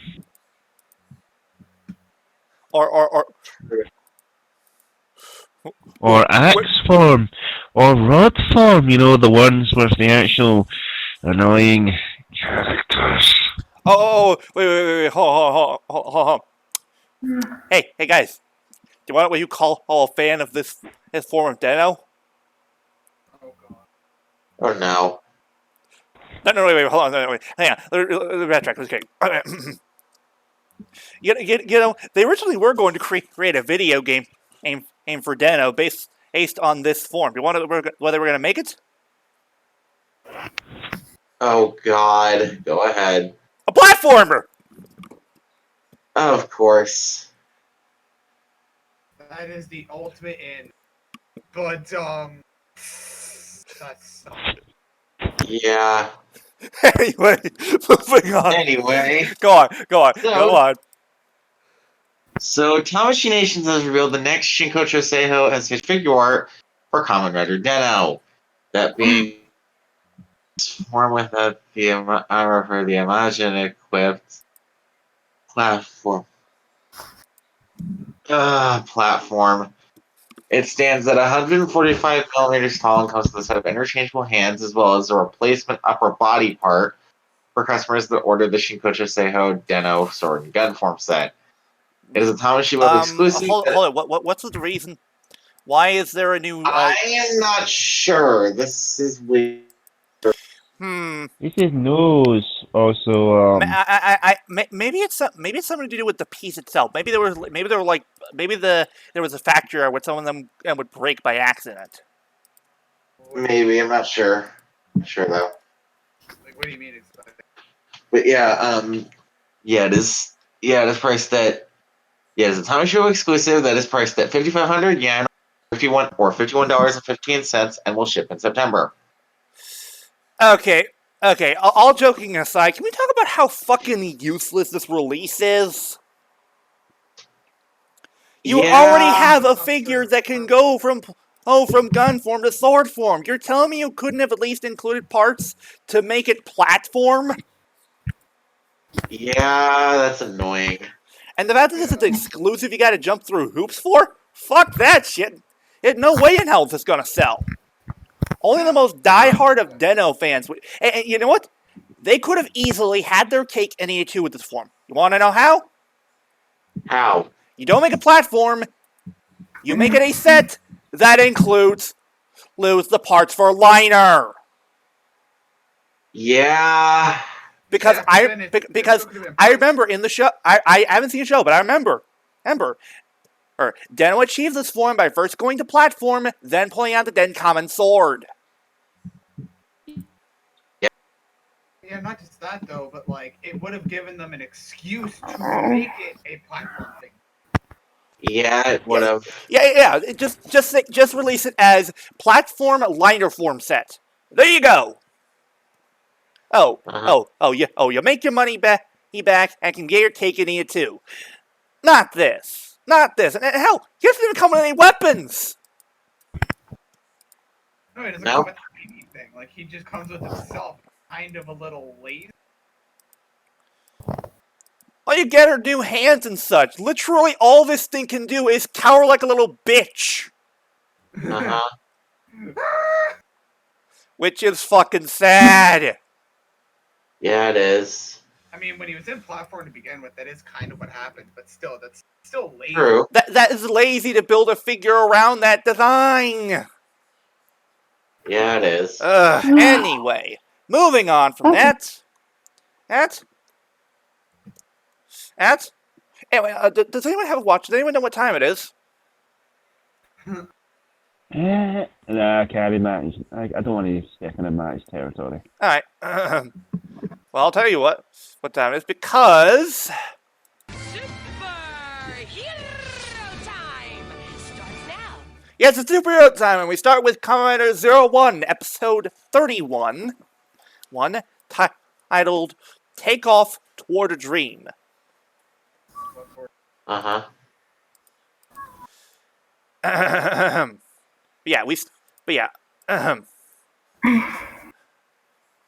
for those of you who aren't aware, our last episode, Aruto managed to create a new company thanks to Izu, and more importantly, locked the guy out of accessing satellite Zeya. Yes, we call it Zeya, even though it's called there, because Zeya sounds cooler and it seems like it's the proper name. Uh-huh. Actually, let me check. Actually, let me check here. Let me check something here. Does Zeya have a meaning? Let's see here. Zeya name meaning. No, it isn't. It doesn't have a meaning, but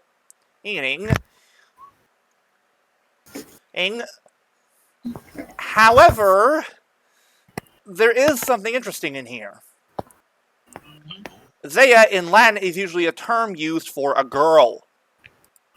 Huh. And that is what Zeya essentially is. Yeah, the arc is the guy, and I and Zeya is the girl. So, yeah, you know what? We're calling it Zeya. Uh-huh. And again, it sounds way cooler. Anyway, moving on. So things are going. So Arto actually has his first customer in his company. Hey, that being, it's the old manga artist. Uh-huh. Yes, yeah, the one from the two-parter where Flaming Tiger debuted. Yeah. He's brought Aruto G-Pen to be repaired and fixed. Next. And the thing is, well, the manga writer basically has come to see G-Pen as less of a tool and more like a partner. Not like that! Yeah, not like that. No, it's not that weird. It's just nice. He sees him as more of a person. He sees him less as a friend. I was gonna say more like an equal. Less of an underling, more like an equal. Anyway. Now, Aruto manages to quickly repair G-Pen and to get him back and running. Problem is, well, there is a problem with the fact that Zeya is no longer active. It means human gears can no longer, that have not achieved singularity, cannot really learn more. Or Zeya is tied to their programming. Yeah. Anyway, unfortunately, when they Ryan talked to G-Pen and more and go outside, well, that's when Jin shows up and basically says, hey, G-Pen, I'm going to liberate him. And because he believes that Aruto is forcing his dream onto other human gears, which he really isn't, but that's neither here nor there. Yeah. Blah, blah, blah, fight breaks out. Jin and steals G-Pen. G-Pen leaves because he doesn't understand anything. Quick talk with Horobi asks, Horobi, the arc wills it, Metsubo Jinrai, is good, blah, blah, blah, blah, blah, blah, blah. G-Pen is walking around the city, and people are panicking, even though they really shouldn't, because he's literally just walking. Literally, that's all he's doing, you assholes. He is just walking. He's not doing anything. Wow. He is not hurting anything. He is not hurting anyone. He is literally just walking. Wow, that's But apparently, because a human gear dares to be active while Guy is in charge, Guy sends Yua and a few raiders to go and kill him. And we learn more about the whole thing with G-Pen. Again, like we said before, the manga artist sees him as an equal. But more importantly than that, G-Pen has actually evolved even further. He's become less. He's not only become more proficient in drawing in manga, but he's actually trying to write his own. And the sensei wants to support him. All the while Aruto is explaining this to G-Pen, we actually see that, well, Yua might be willing to follow Guy's orders, but she's not below killing a human gear that is literally hurting no one. And she actually lets G-Pen go with Aruto.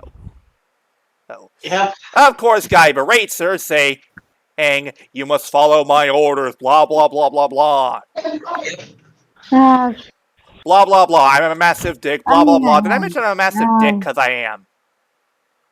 Oh, God. Anyway, so eventually, Aruto gets back to heated manufacturing, but, well, that's when a car parks and drives up, and it contains the two raiders and Guy, who basically says that he is going to crush his company, and that human gear should not have dreams. I am an evil dick, blah, blah, blah, blah, blah. Fight breaks out, and it's also clear that Jin's probably brainwashed the raiders that work for Ames, or they just don't give a shit, because they believe that, quote-unquote, the president's orders are absolute. Yeah. $5 says they're being controlled by Zaya specs. More than likely, yeah. Yeah. Before anyone says anything, no, glasses are not evil. I wear glasses, assholes!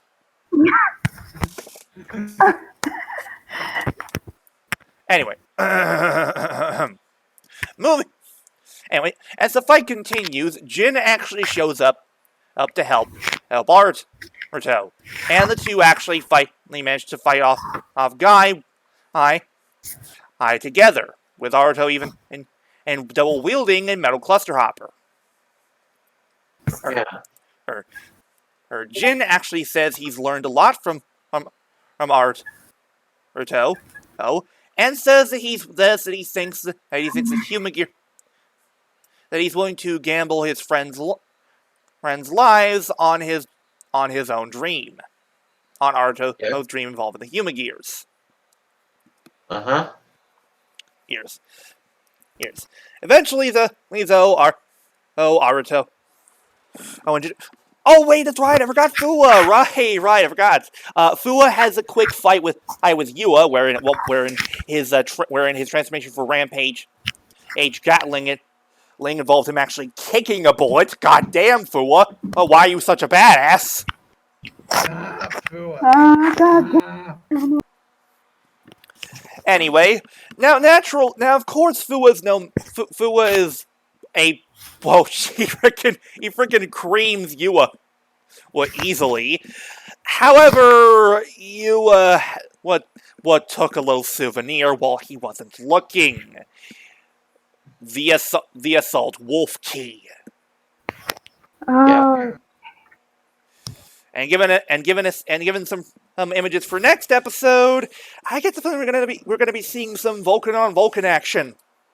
Not like that. Yeah. Not like that, you weirdos. Anyway, but anyway, back to the fight. So back to the fight earlier. Here, so eventually, Jin and Naruto unleash a double rider kick that completely demolishes his guy. It gives him, of course, a rider fail. We should really at least start making a counter for every time guy gets de-transformed. Yeah, maybe. And maybe on Toku's. Anyway, this actually, for once, gets a bigger reaction out of Guy, as he not only shows visible anger, he actually screams out to Naruto that he will destroy his company. Mm-hmm. And when the Raiders try and help him, he basically says, "Don't touch me!" Yep. Oh, what's the matter, Guy? You gonna cry? You gonna squirt some? Your tears stain me. Anyway, so the episode ends with Naruto, with of course G-Pen back with a sense and starting to write his own manga and finally the human gear that Naruto recovered before, or Izu finally managed to repair. At first, he tries to insert the data of how do you pronounce her name? Shesta. But then she decides the better key to go with would be to give her Matsuri Zeto. Yeah, Matsuri does that, yeah. And well, they end, and that sort of ends the episode. Uh-huh. Next episode, however, hello, nurse. We have ourselves a fashion and model human gear. Here. And that's not the only thing about that episode. I mean, the one screenshot from Izu, right? Izu the Fox. No, not that one. The one where Izu has the face look up. Oh yeah, that's what I meant. That's what I meant. Yeah. Is that the face Ulti would make any time she would see you with another woman? Yeah.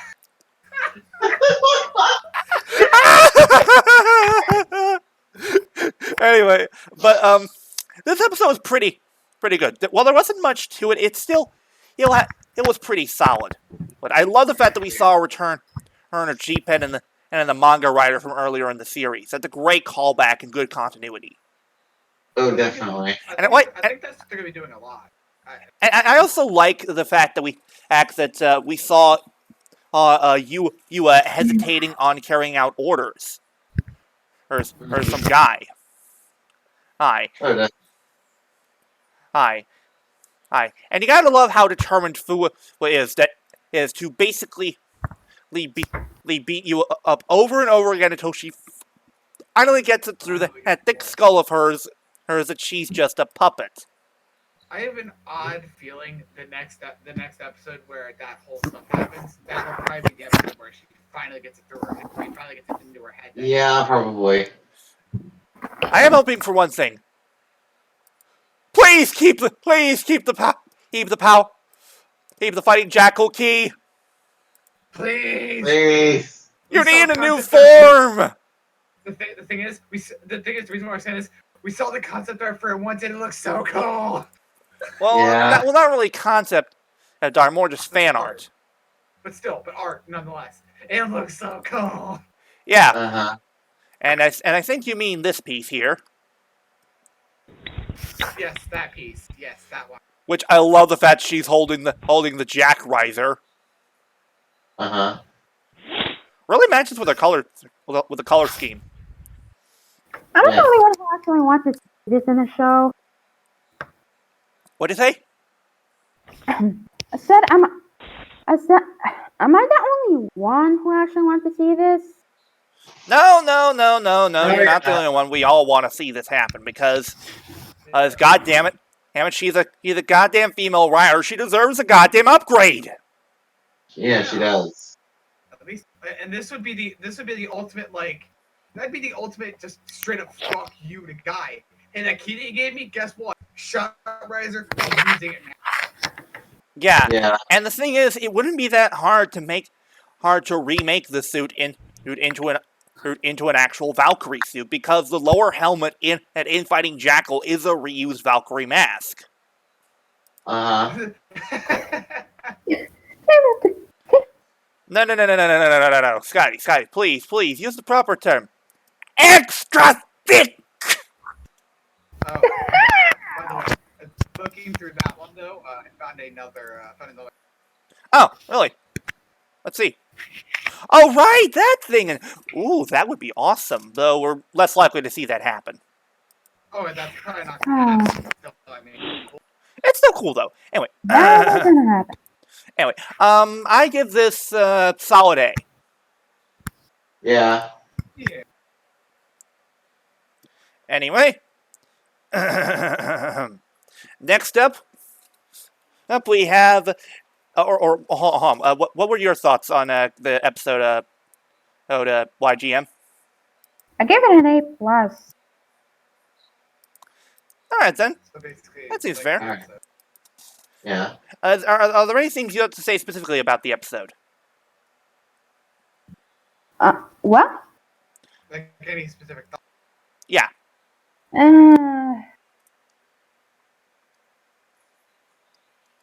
don't have anything. You don't have. Yeah. I'm just trying to let you speak if you want to.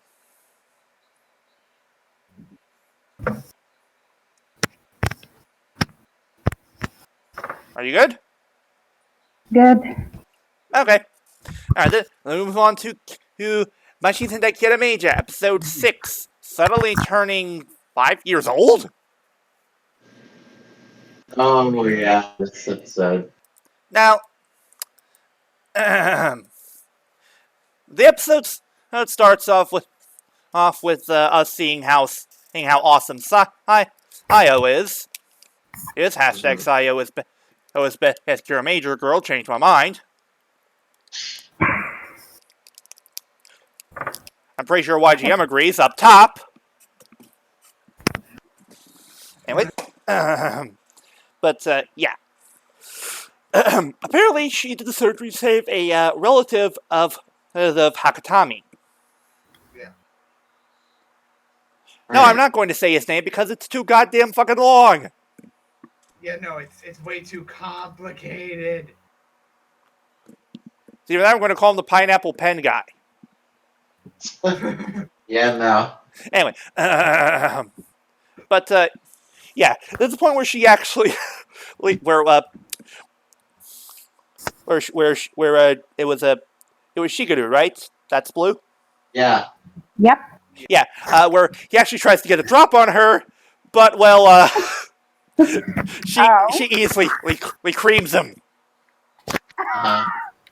Oh. And it makes a comment of good boys shouldn't tattle. Uh-huh. Oh my. Oh my. Oh, this is why I love her. Anyway, Do you ever have a thing for people who would dominate them? okay, first of all, 1, it's called preference. 2, don't judge me, the asshole. 3, that's private!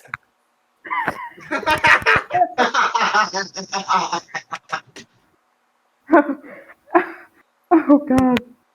Ooh. And I love you too, boyo. One of these days, Scotsman. One of these days. Anyway. Next year, Ranger Stop challenge accepted. Next year, Ranger Stop, I'm going to kick your ass. You gotta catch me first. Well, I'll probably catch you. Catch you first, fat ass. Yeah, but let me remind you, I used to play rugby. Oh God. I'm fast. Oh, Jesus. Moving on! And you saw how stealthy I was at the convention. Anyway, can we move on, please? Yeah. No. Anyway, so they're eventually called away to fight the Jamenshi of the system, which is the Kamen Jamenshi. Yeah, the digital camera Jumpman. Yeah, the digital camera Jumpman. Mm-hmm. Yeah. We're going digital. Completely digital. No! No. None of that. Shame on you. Get out! Anyway.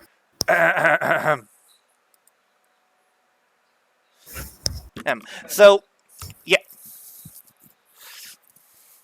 Oh, yeah, this guy actually has the ability to basically snap a picture of someone and basically transport them somewhere.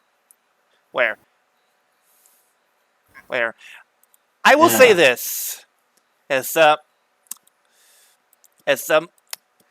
we've already had a lot of monsters, can I just say right now, can we get a new body for these guys? Yeah. I understand you're trying to evoke the old school, but the cape and suit's kind of getting a little old. Yeah, it is. Who knows? Once they kill off Crunchland, and I hope they fucking do, maybe the new general will have a new body type. Maybe we'll see. Yeah, probably. Yeah, Toy, that's a hint. Kill off that motherfucker. He creepy. What do you expect? He has a human face. Yeah. Seriously, any monster that has human and mouth and such is creepy. Anyway, so unfortunately, the camera jamming and managed is to capture both Senna and Shigeru due to the fact that it apparently turn its head around to snap people who try to sneak up from behind. Mm-hmm. Now Sayo does try and stop them, but that's when Garza shows up in his train. Yeah, and it's more jokey. Mm-hmm. And unfortunately, at one point Sayo is shoved into a rock and bumps her and is knocked on the head. I thought she got hit by. I thought she got slightly hit by the. No. It happened when she was hit on the head when she was pushed into the boulder. He tried to kill me with a steam train. Of course. Anyway, so the others go. Of course, or Kametomo,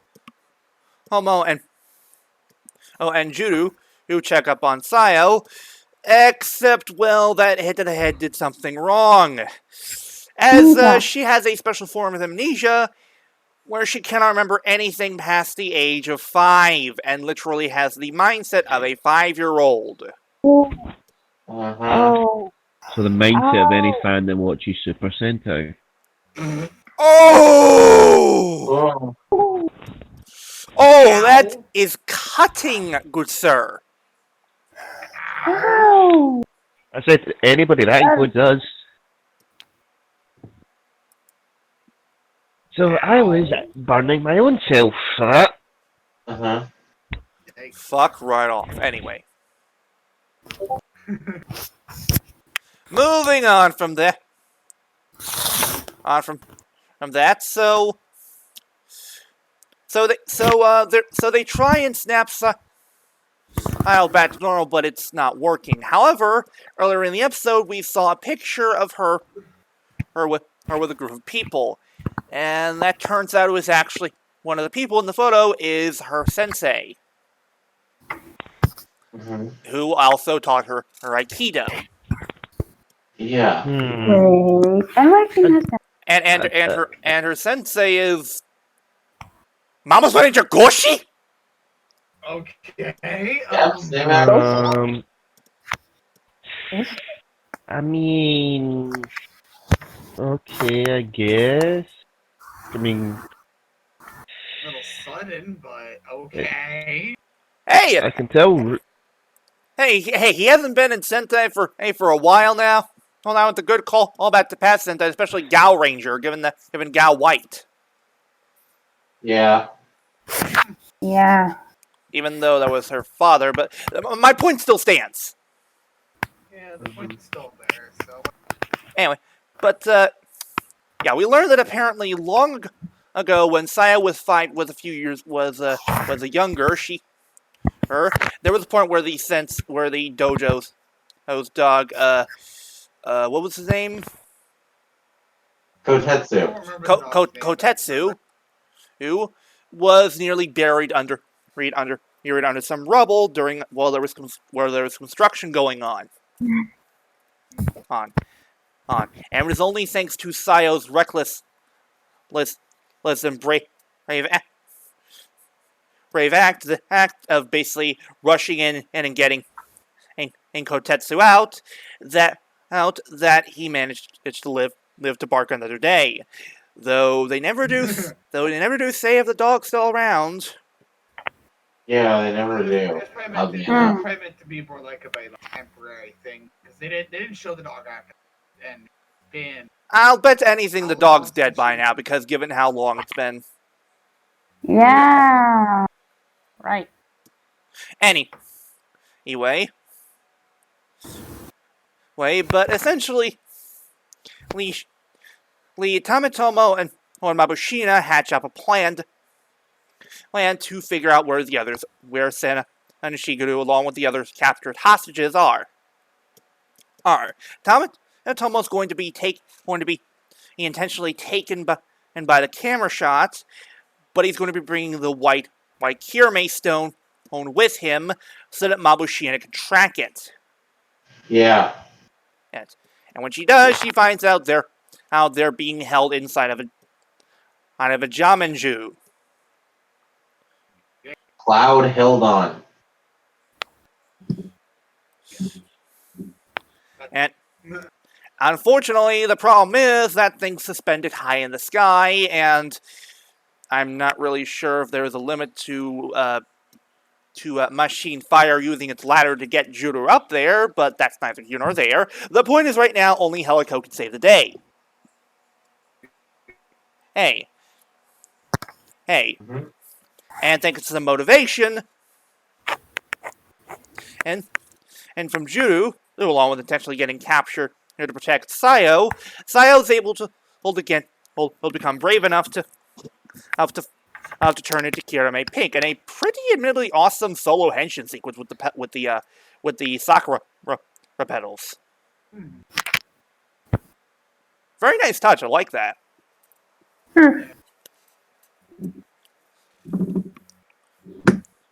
Also, pretty sure part of her pose is supposed to reference Die Ranger. I think Ice for this. Anyway, now unfortunately, Sayo still has the mindset of a 5-year-old, but she's brave enough to fight the Jamenshi. Eventually, it is destroyed. And thankfully, thanks to, and I can't believe I'm saying this, tickling, they managed to eventually get the hostages, along with the other Cure Majors, out of Cloud Hildon. The good old Sentai trope of tickling. Anyway, so eventually, out of combat, had the Jamenju,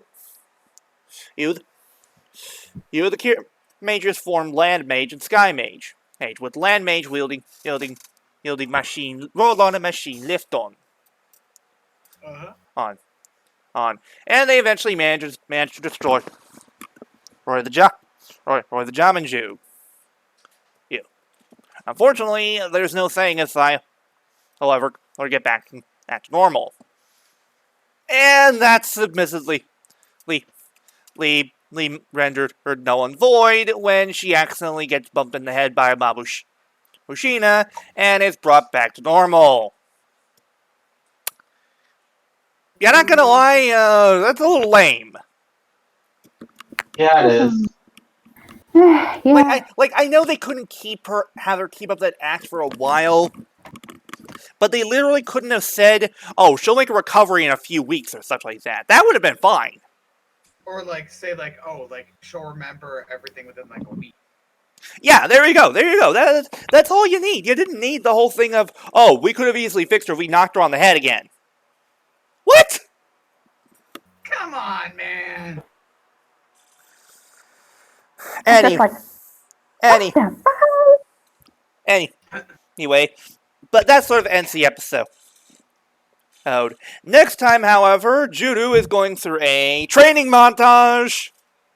Training montage.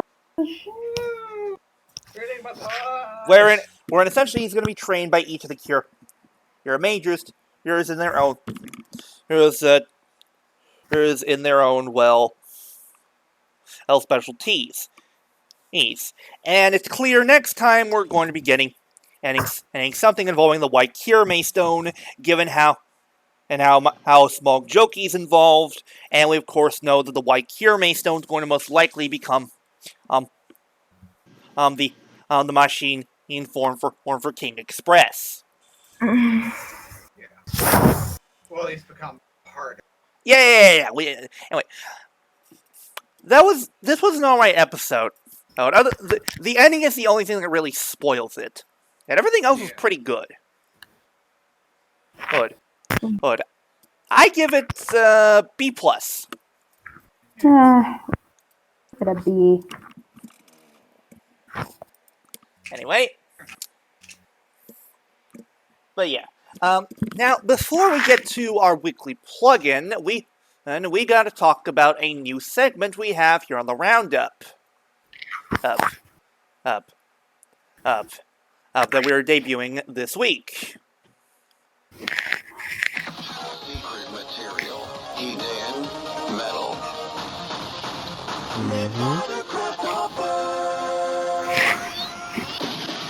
High quality. Ladies and gentlemen, welcome to TTR Recommendations. And this is a special segment of the Toku Roundup, wherein basically one or more of us will recommend something to you, the viewers, each week that is something outside of Toku. It can be anything from an anime to a movie to a TV show, or even a recipe of food. I don't know, just anything. Anything goes. Well, I would say it could be in Toku depending. Like some people only watch Toku. What'd you say? Like it could be inside of Toku too. It's like some people only watch Toku. Right. Of course. But it's got to be something outside of the norm. Now, the only rule is it has to be something that you've discovered or seen or rewatched recently. It can't be something from like years and years ago. It's got to be something that's fresh in your mind. Alright, that's the only caveat. Other than that, everything's fine. And as you can see, this week on TTR Recommendations is the anime Assassination Classroom. This is the anime. This is an anime that was recently watched by myself, Flutter Z, or ZM, as shown to us by our friend Crunch, and oh my god, this is such a good anime. Hey, like the premise at first, it's a little bizarre. It's a little out there.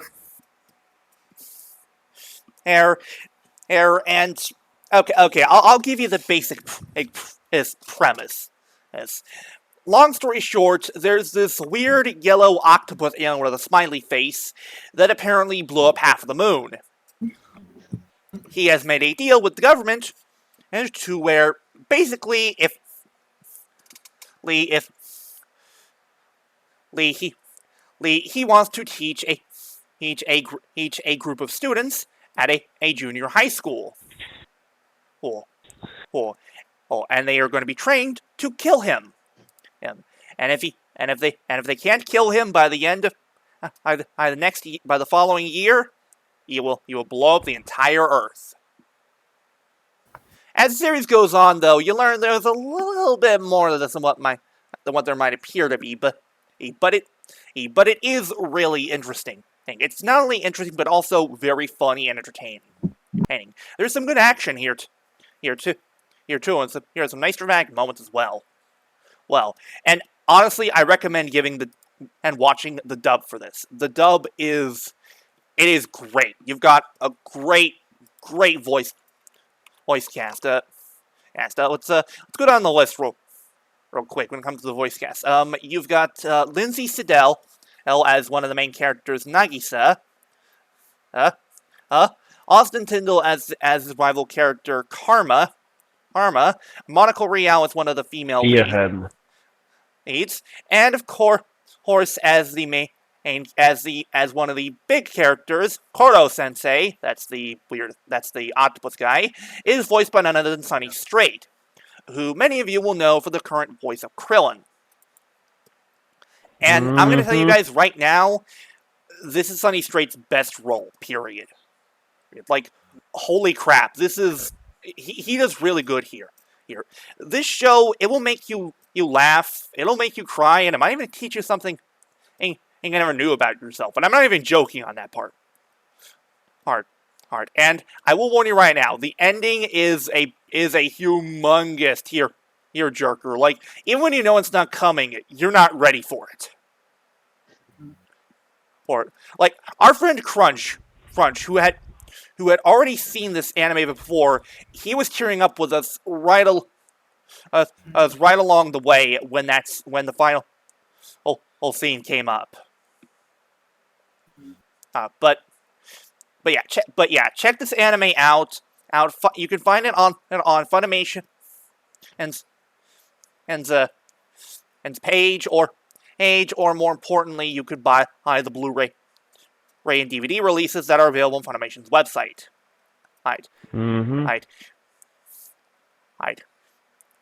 Flutter, are you there still? Where the fuck's Flutter?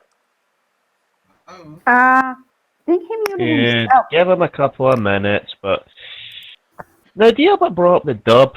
I will say, I watched it subbed and dubbed. The subcast, I only watched it for one reason. Jun Fukuyama as Koro Sensei.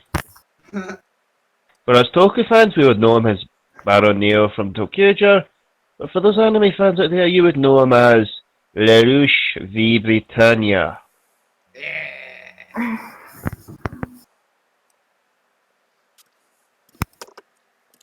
But yeah, even if you're a sub-only person, I recommend giving the dub a chance at least. Yeah, give it a chance, because it's a decent.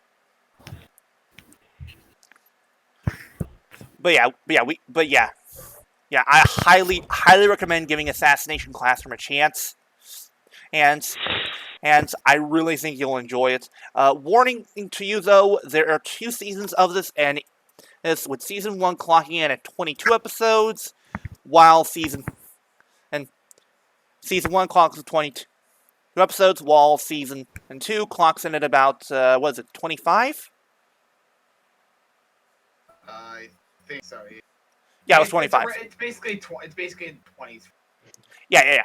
It's not a standard 13 or 12 episode thing. But anyway, I hope Flutter gets back here soon, because next up is the plugin, which was his suggestion.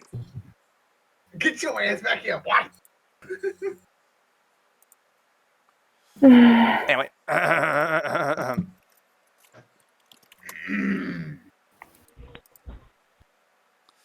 But yeah. Also the music from Assassination Classroom was good, especially the final 2 openings. And Question and then Bye Bye Yesterday. No, that doesn't mean the first 2 openings aren't bad. It's just by season 2, the openings really did get a step up. Yes, exactly. The thing with openings 1 and 2 is they work better when you're actually seeing the visuals. Well, and it's supposed to come off as a sort of twisted,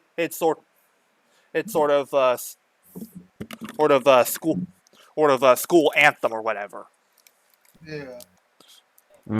But since how will you be deciding since the song is mostly about them trying to again kill their teacher.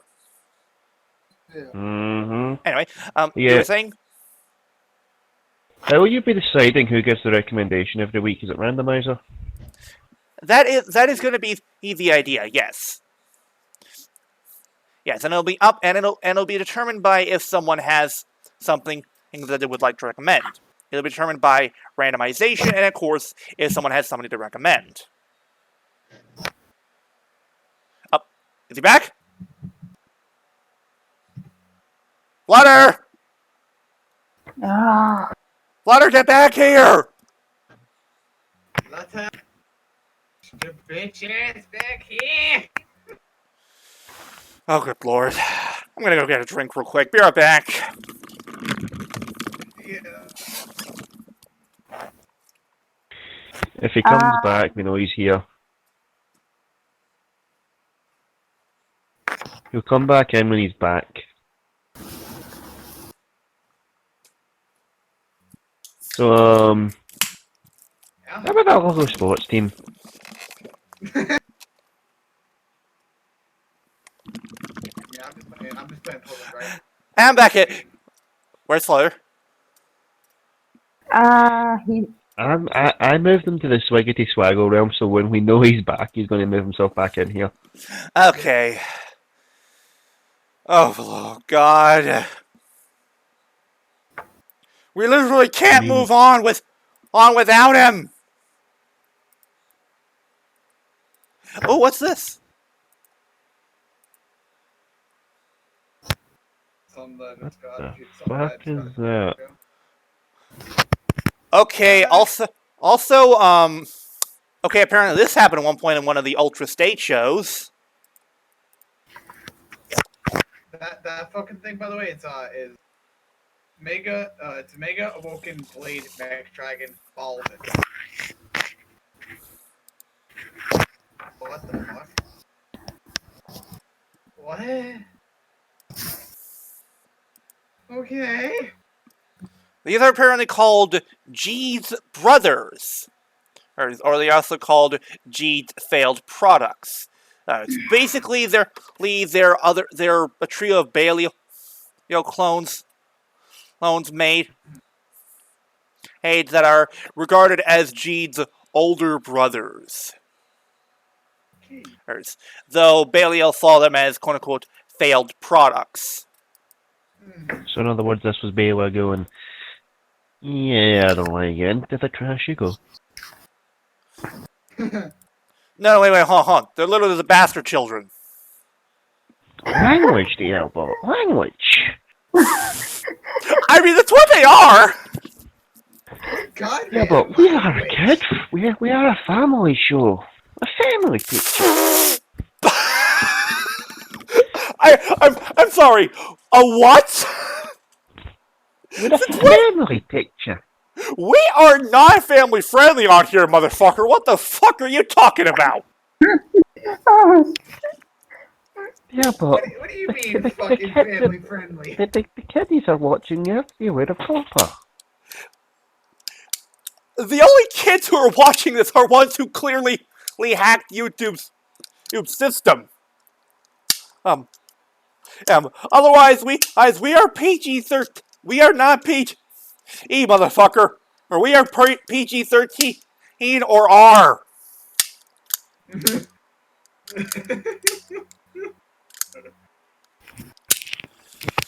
Oh, good lord, Flutter, where are you?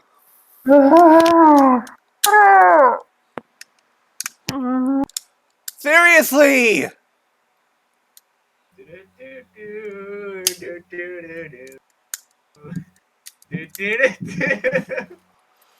Oh, good lord. Are we gonna just like not do that plug-in or something? I don't know. At this rate, we might have to skip the plugin this week. Yeah. Cause Flutter, get your bitch ass back here. Okay, I'm going to give him 3 minutes. If he is not back by then, we're moving on. Yeah, we're skipping the plug-in. Apologies, audience, but the show must go on. And quite frankly, we are not patient people. No, we're not that. We're patient. We're not that patient. Especially when you get.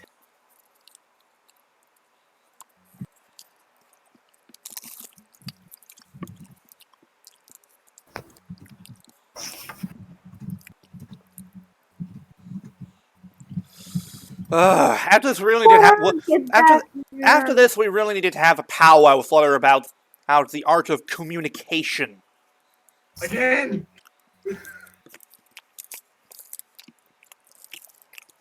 Flutter, come back here. Ugh. Show. Oh. Well, And there goes Scotty. let's connect. That's different. I think it was. In other news, how about that live-action Robin Hood movie that's going to be happening? Oh, dear God.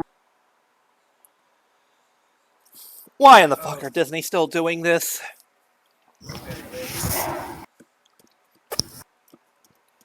I don't know why, but this is apparently a thing. What the fuck? It's a thing, apparently! In Puzzles and Dragons, the fuck? I think someone made it just like a joke, but it still exists. Okay, then.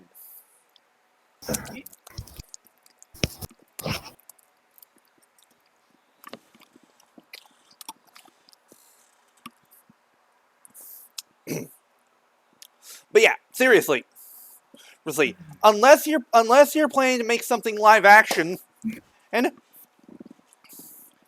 don't involve stuff with animals. Seriously, because at that point, it's not even live action; it's CG. Oh, It was my exact issue with the goddamn Lion King reboot.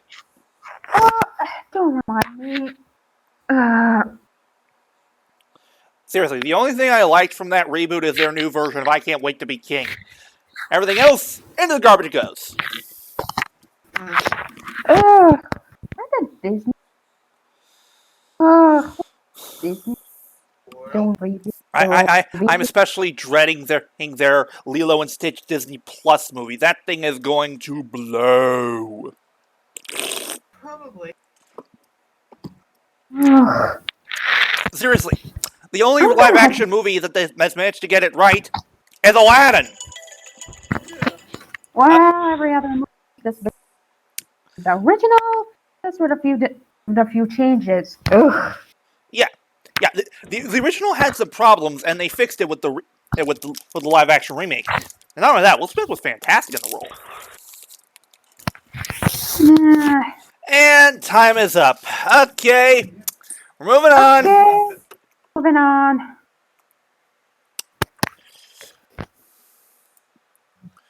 Now we get on to the actual weekly topic, which is something I'm pretty sure your Scotty is happy to be taking part in.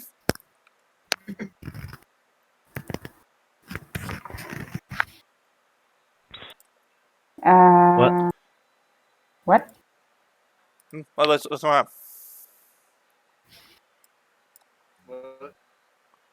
Anyway. Sorry, something went down the wrong tube.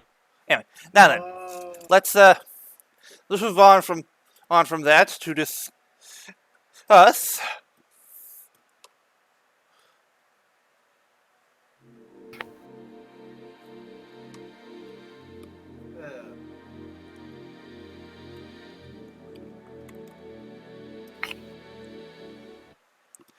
the weekly topic, and this week the topic is something I never thought I would actually be doing, but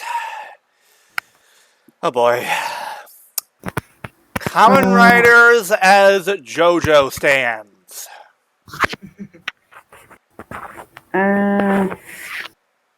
It's alright if you don't want to take part in this YGM. You're not obligated to at all.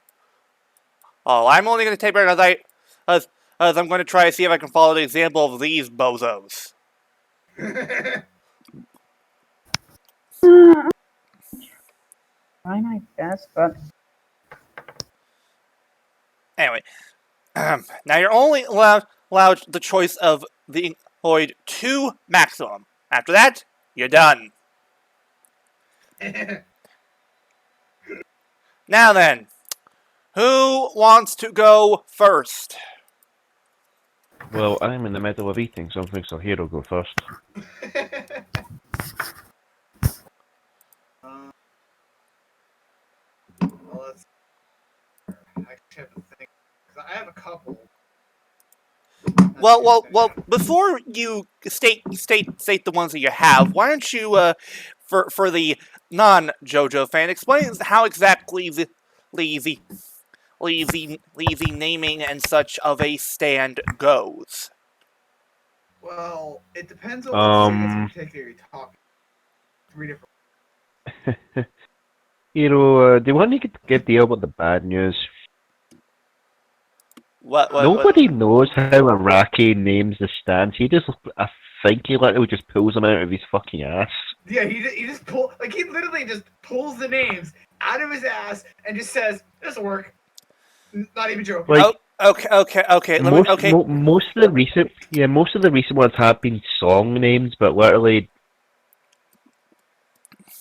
we could come up with any kind of name, really. In the series, though, the first time they did it was tarot cards and a color. Right? The second. No, it was the tarot cards, and then because you had Star Platinum. Platinum's not really a color, is it? It kind of. Still, like the first one was tarot. Wow, that sounds pretty stupid.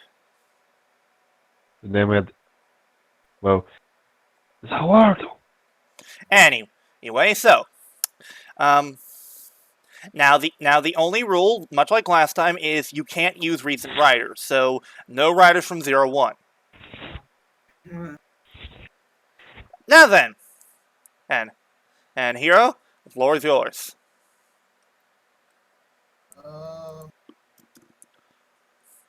Probably has to fucking be. I know it's gonna be a bit weird to understand like how will this work in the end, but more like gun form, kind of like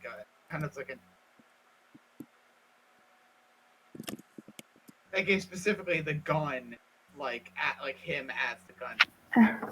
Sorry, what? I couldn't hear anything.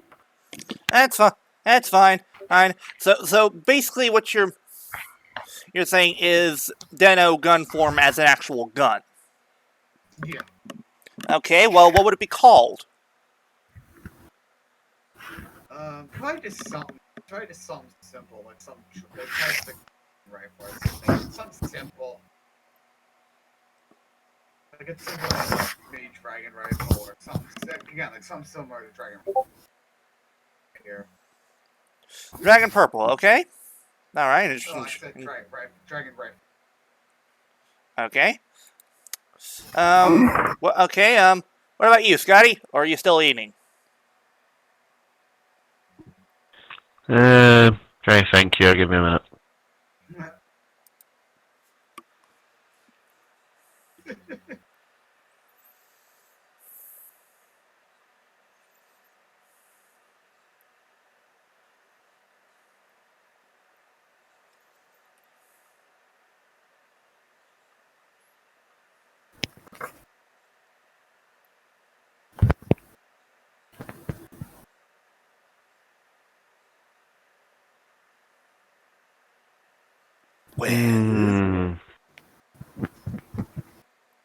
I know you're waiting, but it's really hard to pick a rider to turn into a stand. Now remember, it has to be specific form too. Because I'm pretty sure JoJo Stands do not do form changes. Well. Depends on the part. Yeah. Okay, in most cases, they don't do form changes. I'll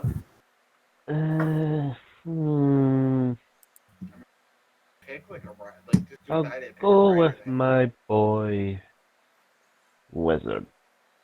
Okay, which form?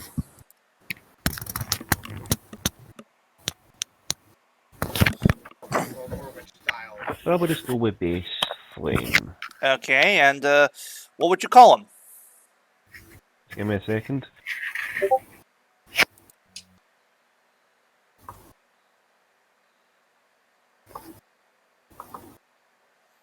Naming needs art. You can't just bullshit out a name like I did. It usually doesn't.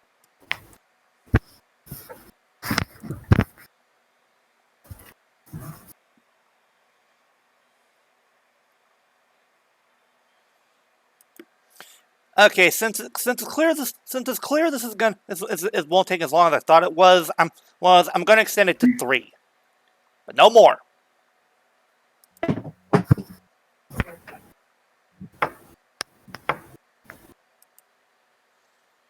All right.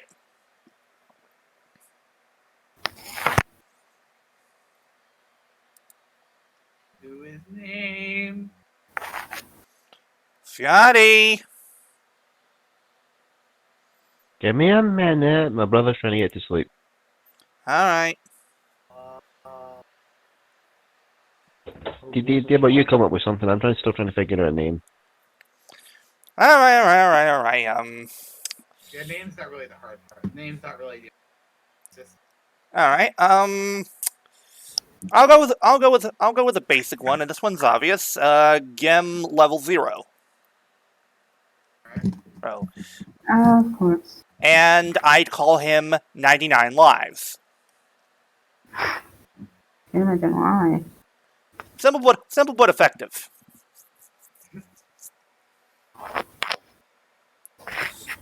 Okay, YGM, now that you know how simple it is, you got anything? No.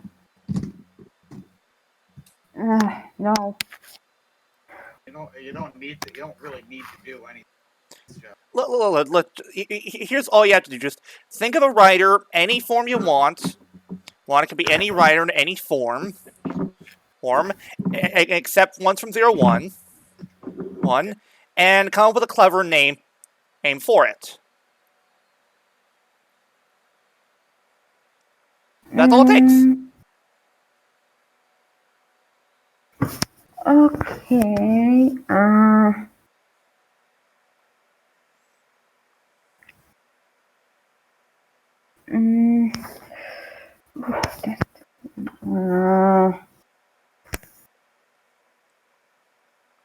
It's not hard. You don't have. Gankachi Dokyon? Ooh, that's a good one. Okay, and what would you call him? Yeah. Wow. Just bullshit a name. It's literally just bullshit a name. That's what we've all been doing so far. You could bullshit a name, or hell, you could even use reference to like its insert song or whatever.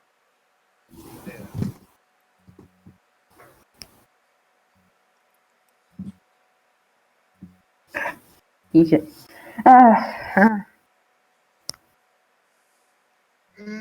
got something? DJ Ryder. Okay, not bad. No, call it that because of the DJ gun. I know. I'm just saying that ain't not bad choice. Okay. Hiiro, what about you? You got another one? Well, I mean, I know it's gonna sound a bit weird to like think of it this way, but specifically, I'm trying to think of how to phrase it for the terms of what's called potentially do. More of a just Toku on boost from Ghost. Oh, what'd you say? Toku on boost. Ghost. Oh, that's a good one. Ooh, question. And here's an idea. Yeah. Tokon boost, but it's just the hoodie.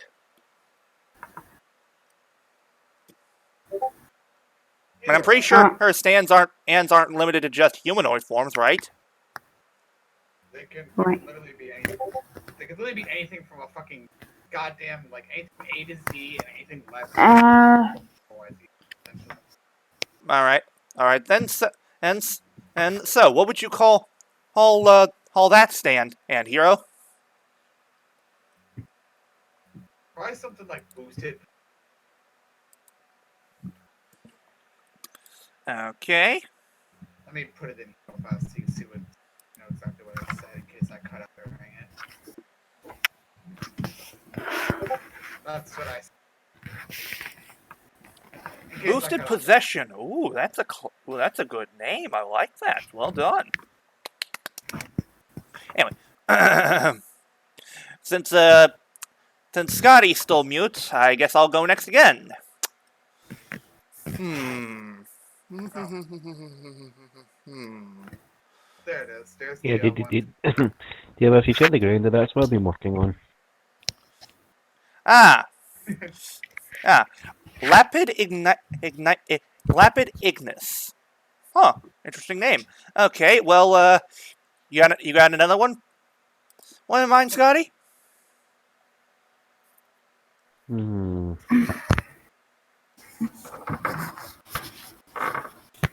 Cross. Now I'm going to work on my stat line. Okay, Cross. Interesting. One. All right. Okay. Well, back to me. I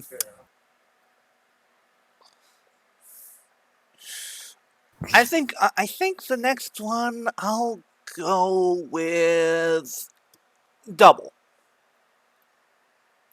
Oh, specifically, Lee Cyclone Joker.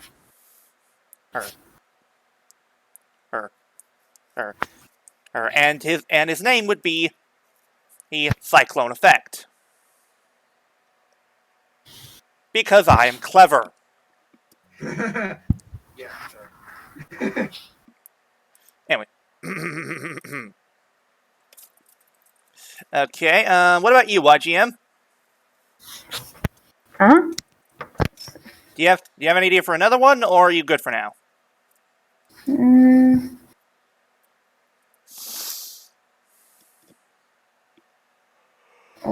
Okay. For this, it's basically one minimum 3. So if you can't think of any more. I think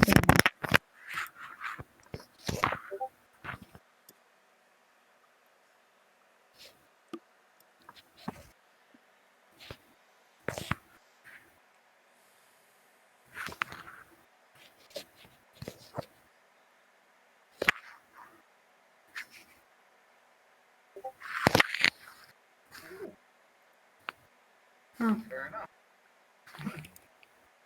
Ooh. Okay, I'll admit, that's clever. Well done.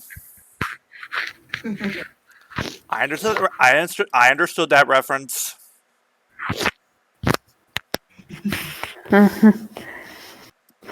Anyway, anything, YGM?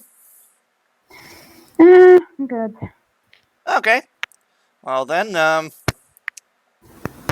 Hiiro, you've only got one more left. So, what do you got? Well, I'm gonna have to say the name before I say the writer. It's gonna make way too much sense for the writer's name.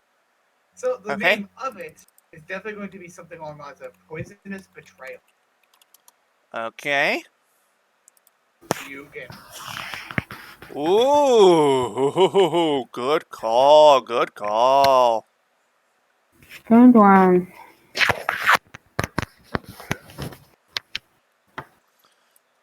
All right. Scotty, you got one more left. What do you got? That's if you got it. Let me think about this. I'm currently writing in the stat line as we speak.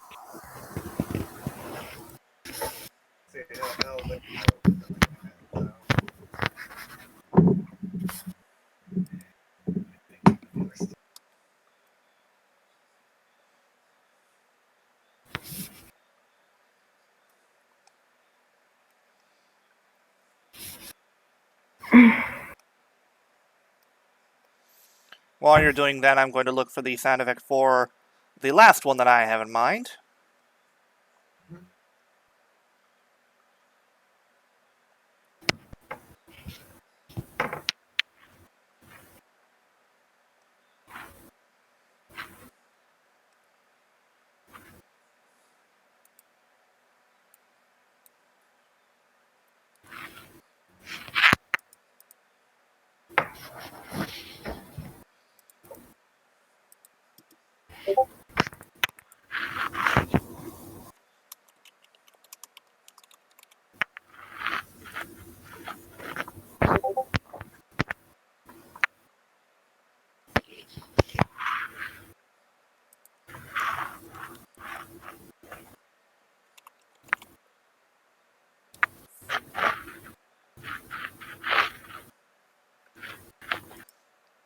Anything, Scotty. Anything at all. Or he's currently.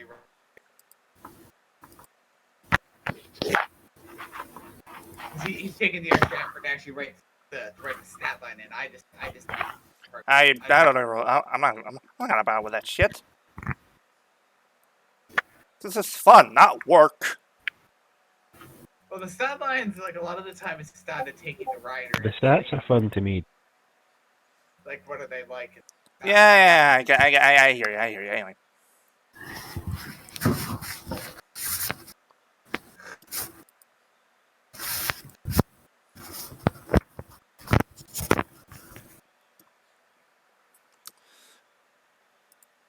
Anyway, let me know when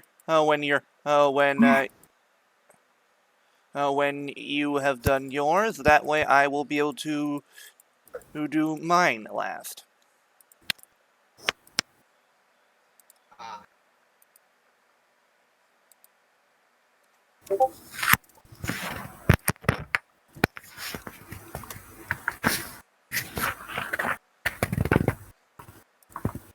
Because this is one I honestly felt bad for leaving out when we talked about servants and fate. So I want to make up for it here. Let's see here. Ooh, oh, hyperdrive. Ooh, that's good. I like that. All right. Going fast makes me feel alive. My heart beats in hyperdrive. All right. Here. All right. My last one is called the Sky Ruffian.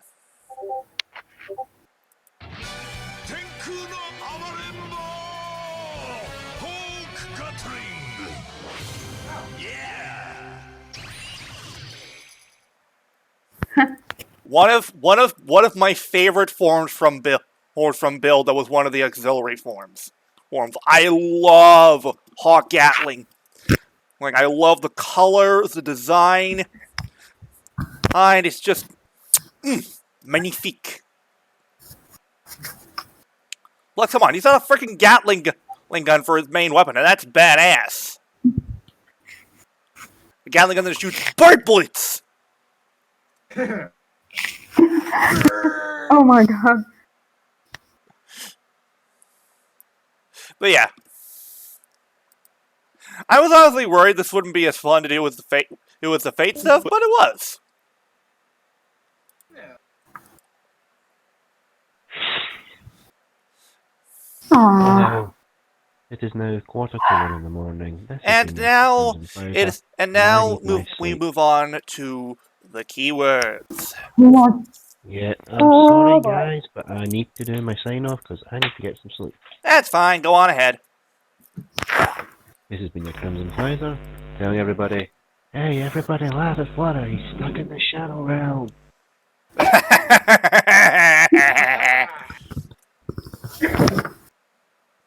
Hmm.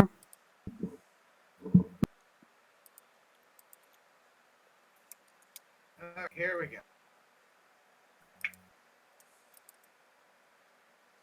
Anyway, I'll handle writing keyword puzzle. I'll handle writing keywords. and I need to quickly sign into Spotify and such so that we can get the music going. Yeah. I know. I'm saying, like, I'll worry about writing the keywords in, so they gotta be written in. Yeah, of course. Someone's gotta write it in, and Flutter sure as hell ain't here, so. Yeah. Anyway.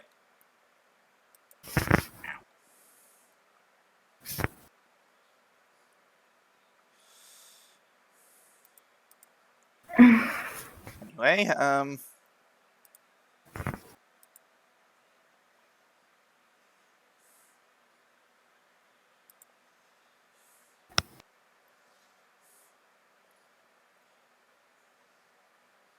Anyway, let's just, come on, where are you? Let's try this here.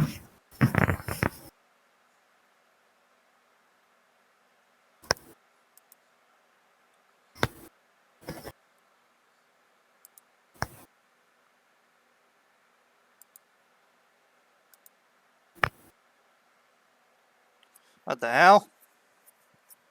Why aren't you playing? Oh. Hang on. Hang on, not to worry. By being a dick.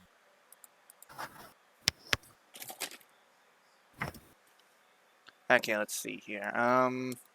Liked songs. Here we are. Let's try this. What the hell? Aren't you? This computer. Okay, let's try. Here we go. Let's try. Here we go.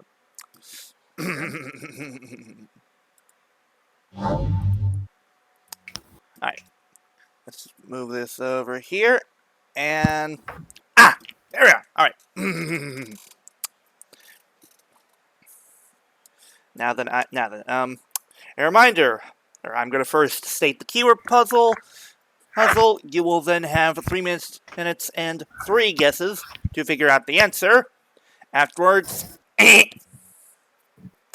now then, shall we begin? Alright.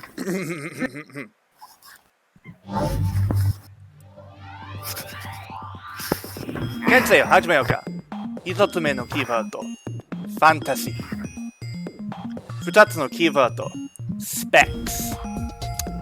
最後のキーワード、virus。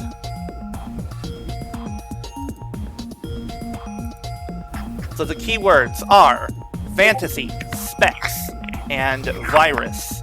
And the timer starts now.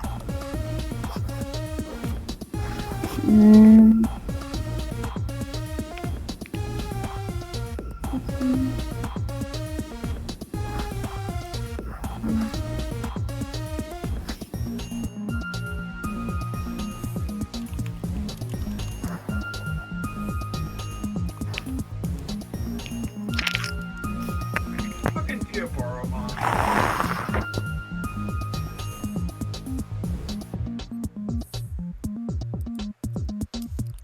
Anyway, any guesses?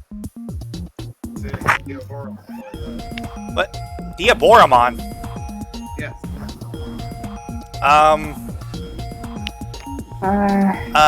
You realize this is restricted to Toku, right? Yeah.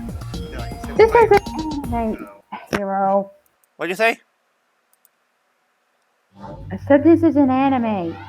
Yeah, this is an anime. Hey, Hiiro. Are you going to state Diaboromon as a guess? On this rate. YGM, any guesses? Thinking about it. No. Now, I'm going to give you a small hint when it comes to keywords. Don't think about the words literally. Think of them as synonyms for other words. That's usually how I do things. So think about what these words could also mean and what they could relate to. What are the keywords again? I wasn't listening. Fantasy, specs, and virus.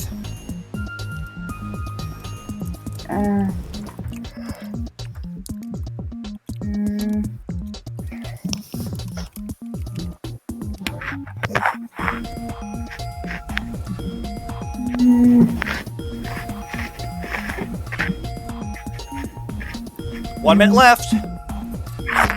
I'm stumped. What about you, Hiro? Anything? Is it fucking... Is it the Bugsters from Max Day? Nope. Good guess, though. Okay, so it's down that line.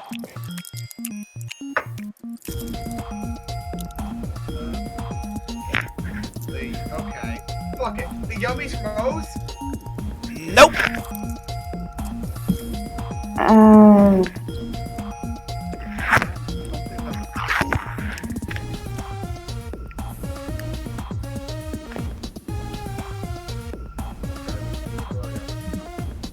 Shit turns into other shit. Like, You have one guess left, Hiro. bitch. Okay. Can't really say this about it. It's not an older series. It's not. Okay, it's something newer.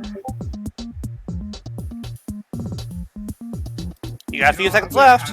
I'm gonna hazard a random fucking guess here. Is it the fucking horror Shigaro? Oh, I am sorry, Hiiro. That is not the correct Oh. answer. Her.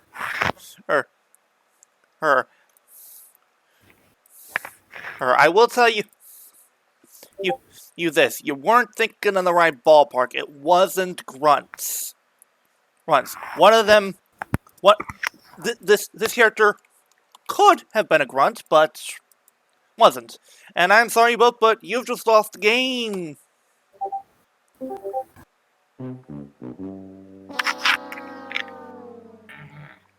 Anyway, it is time for the sign-offs.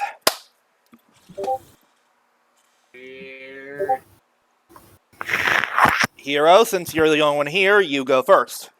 That's why I said this is weird. Yes. No.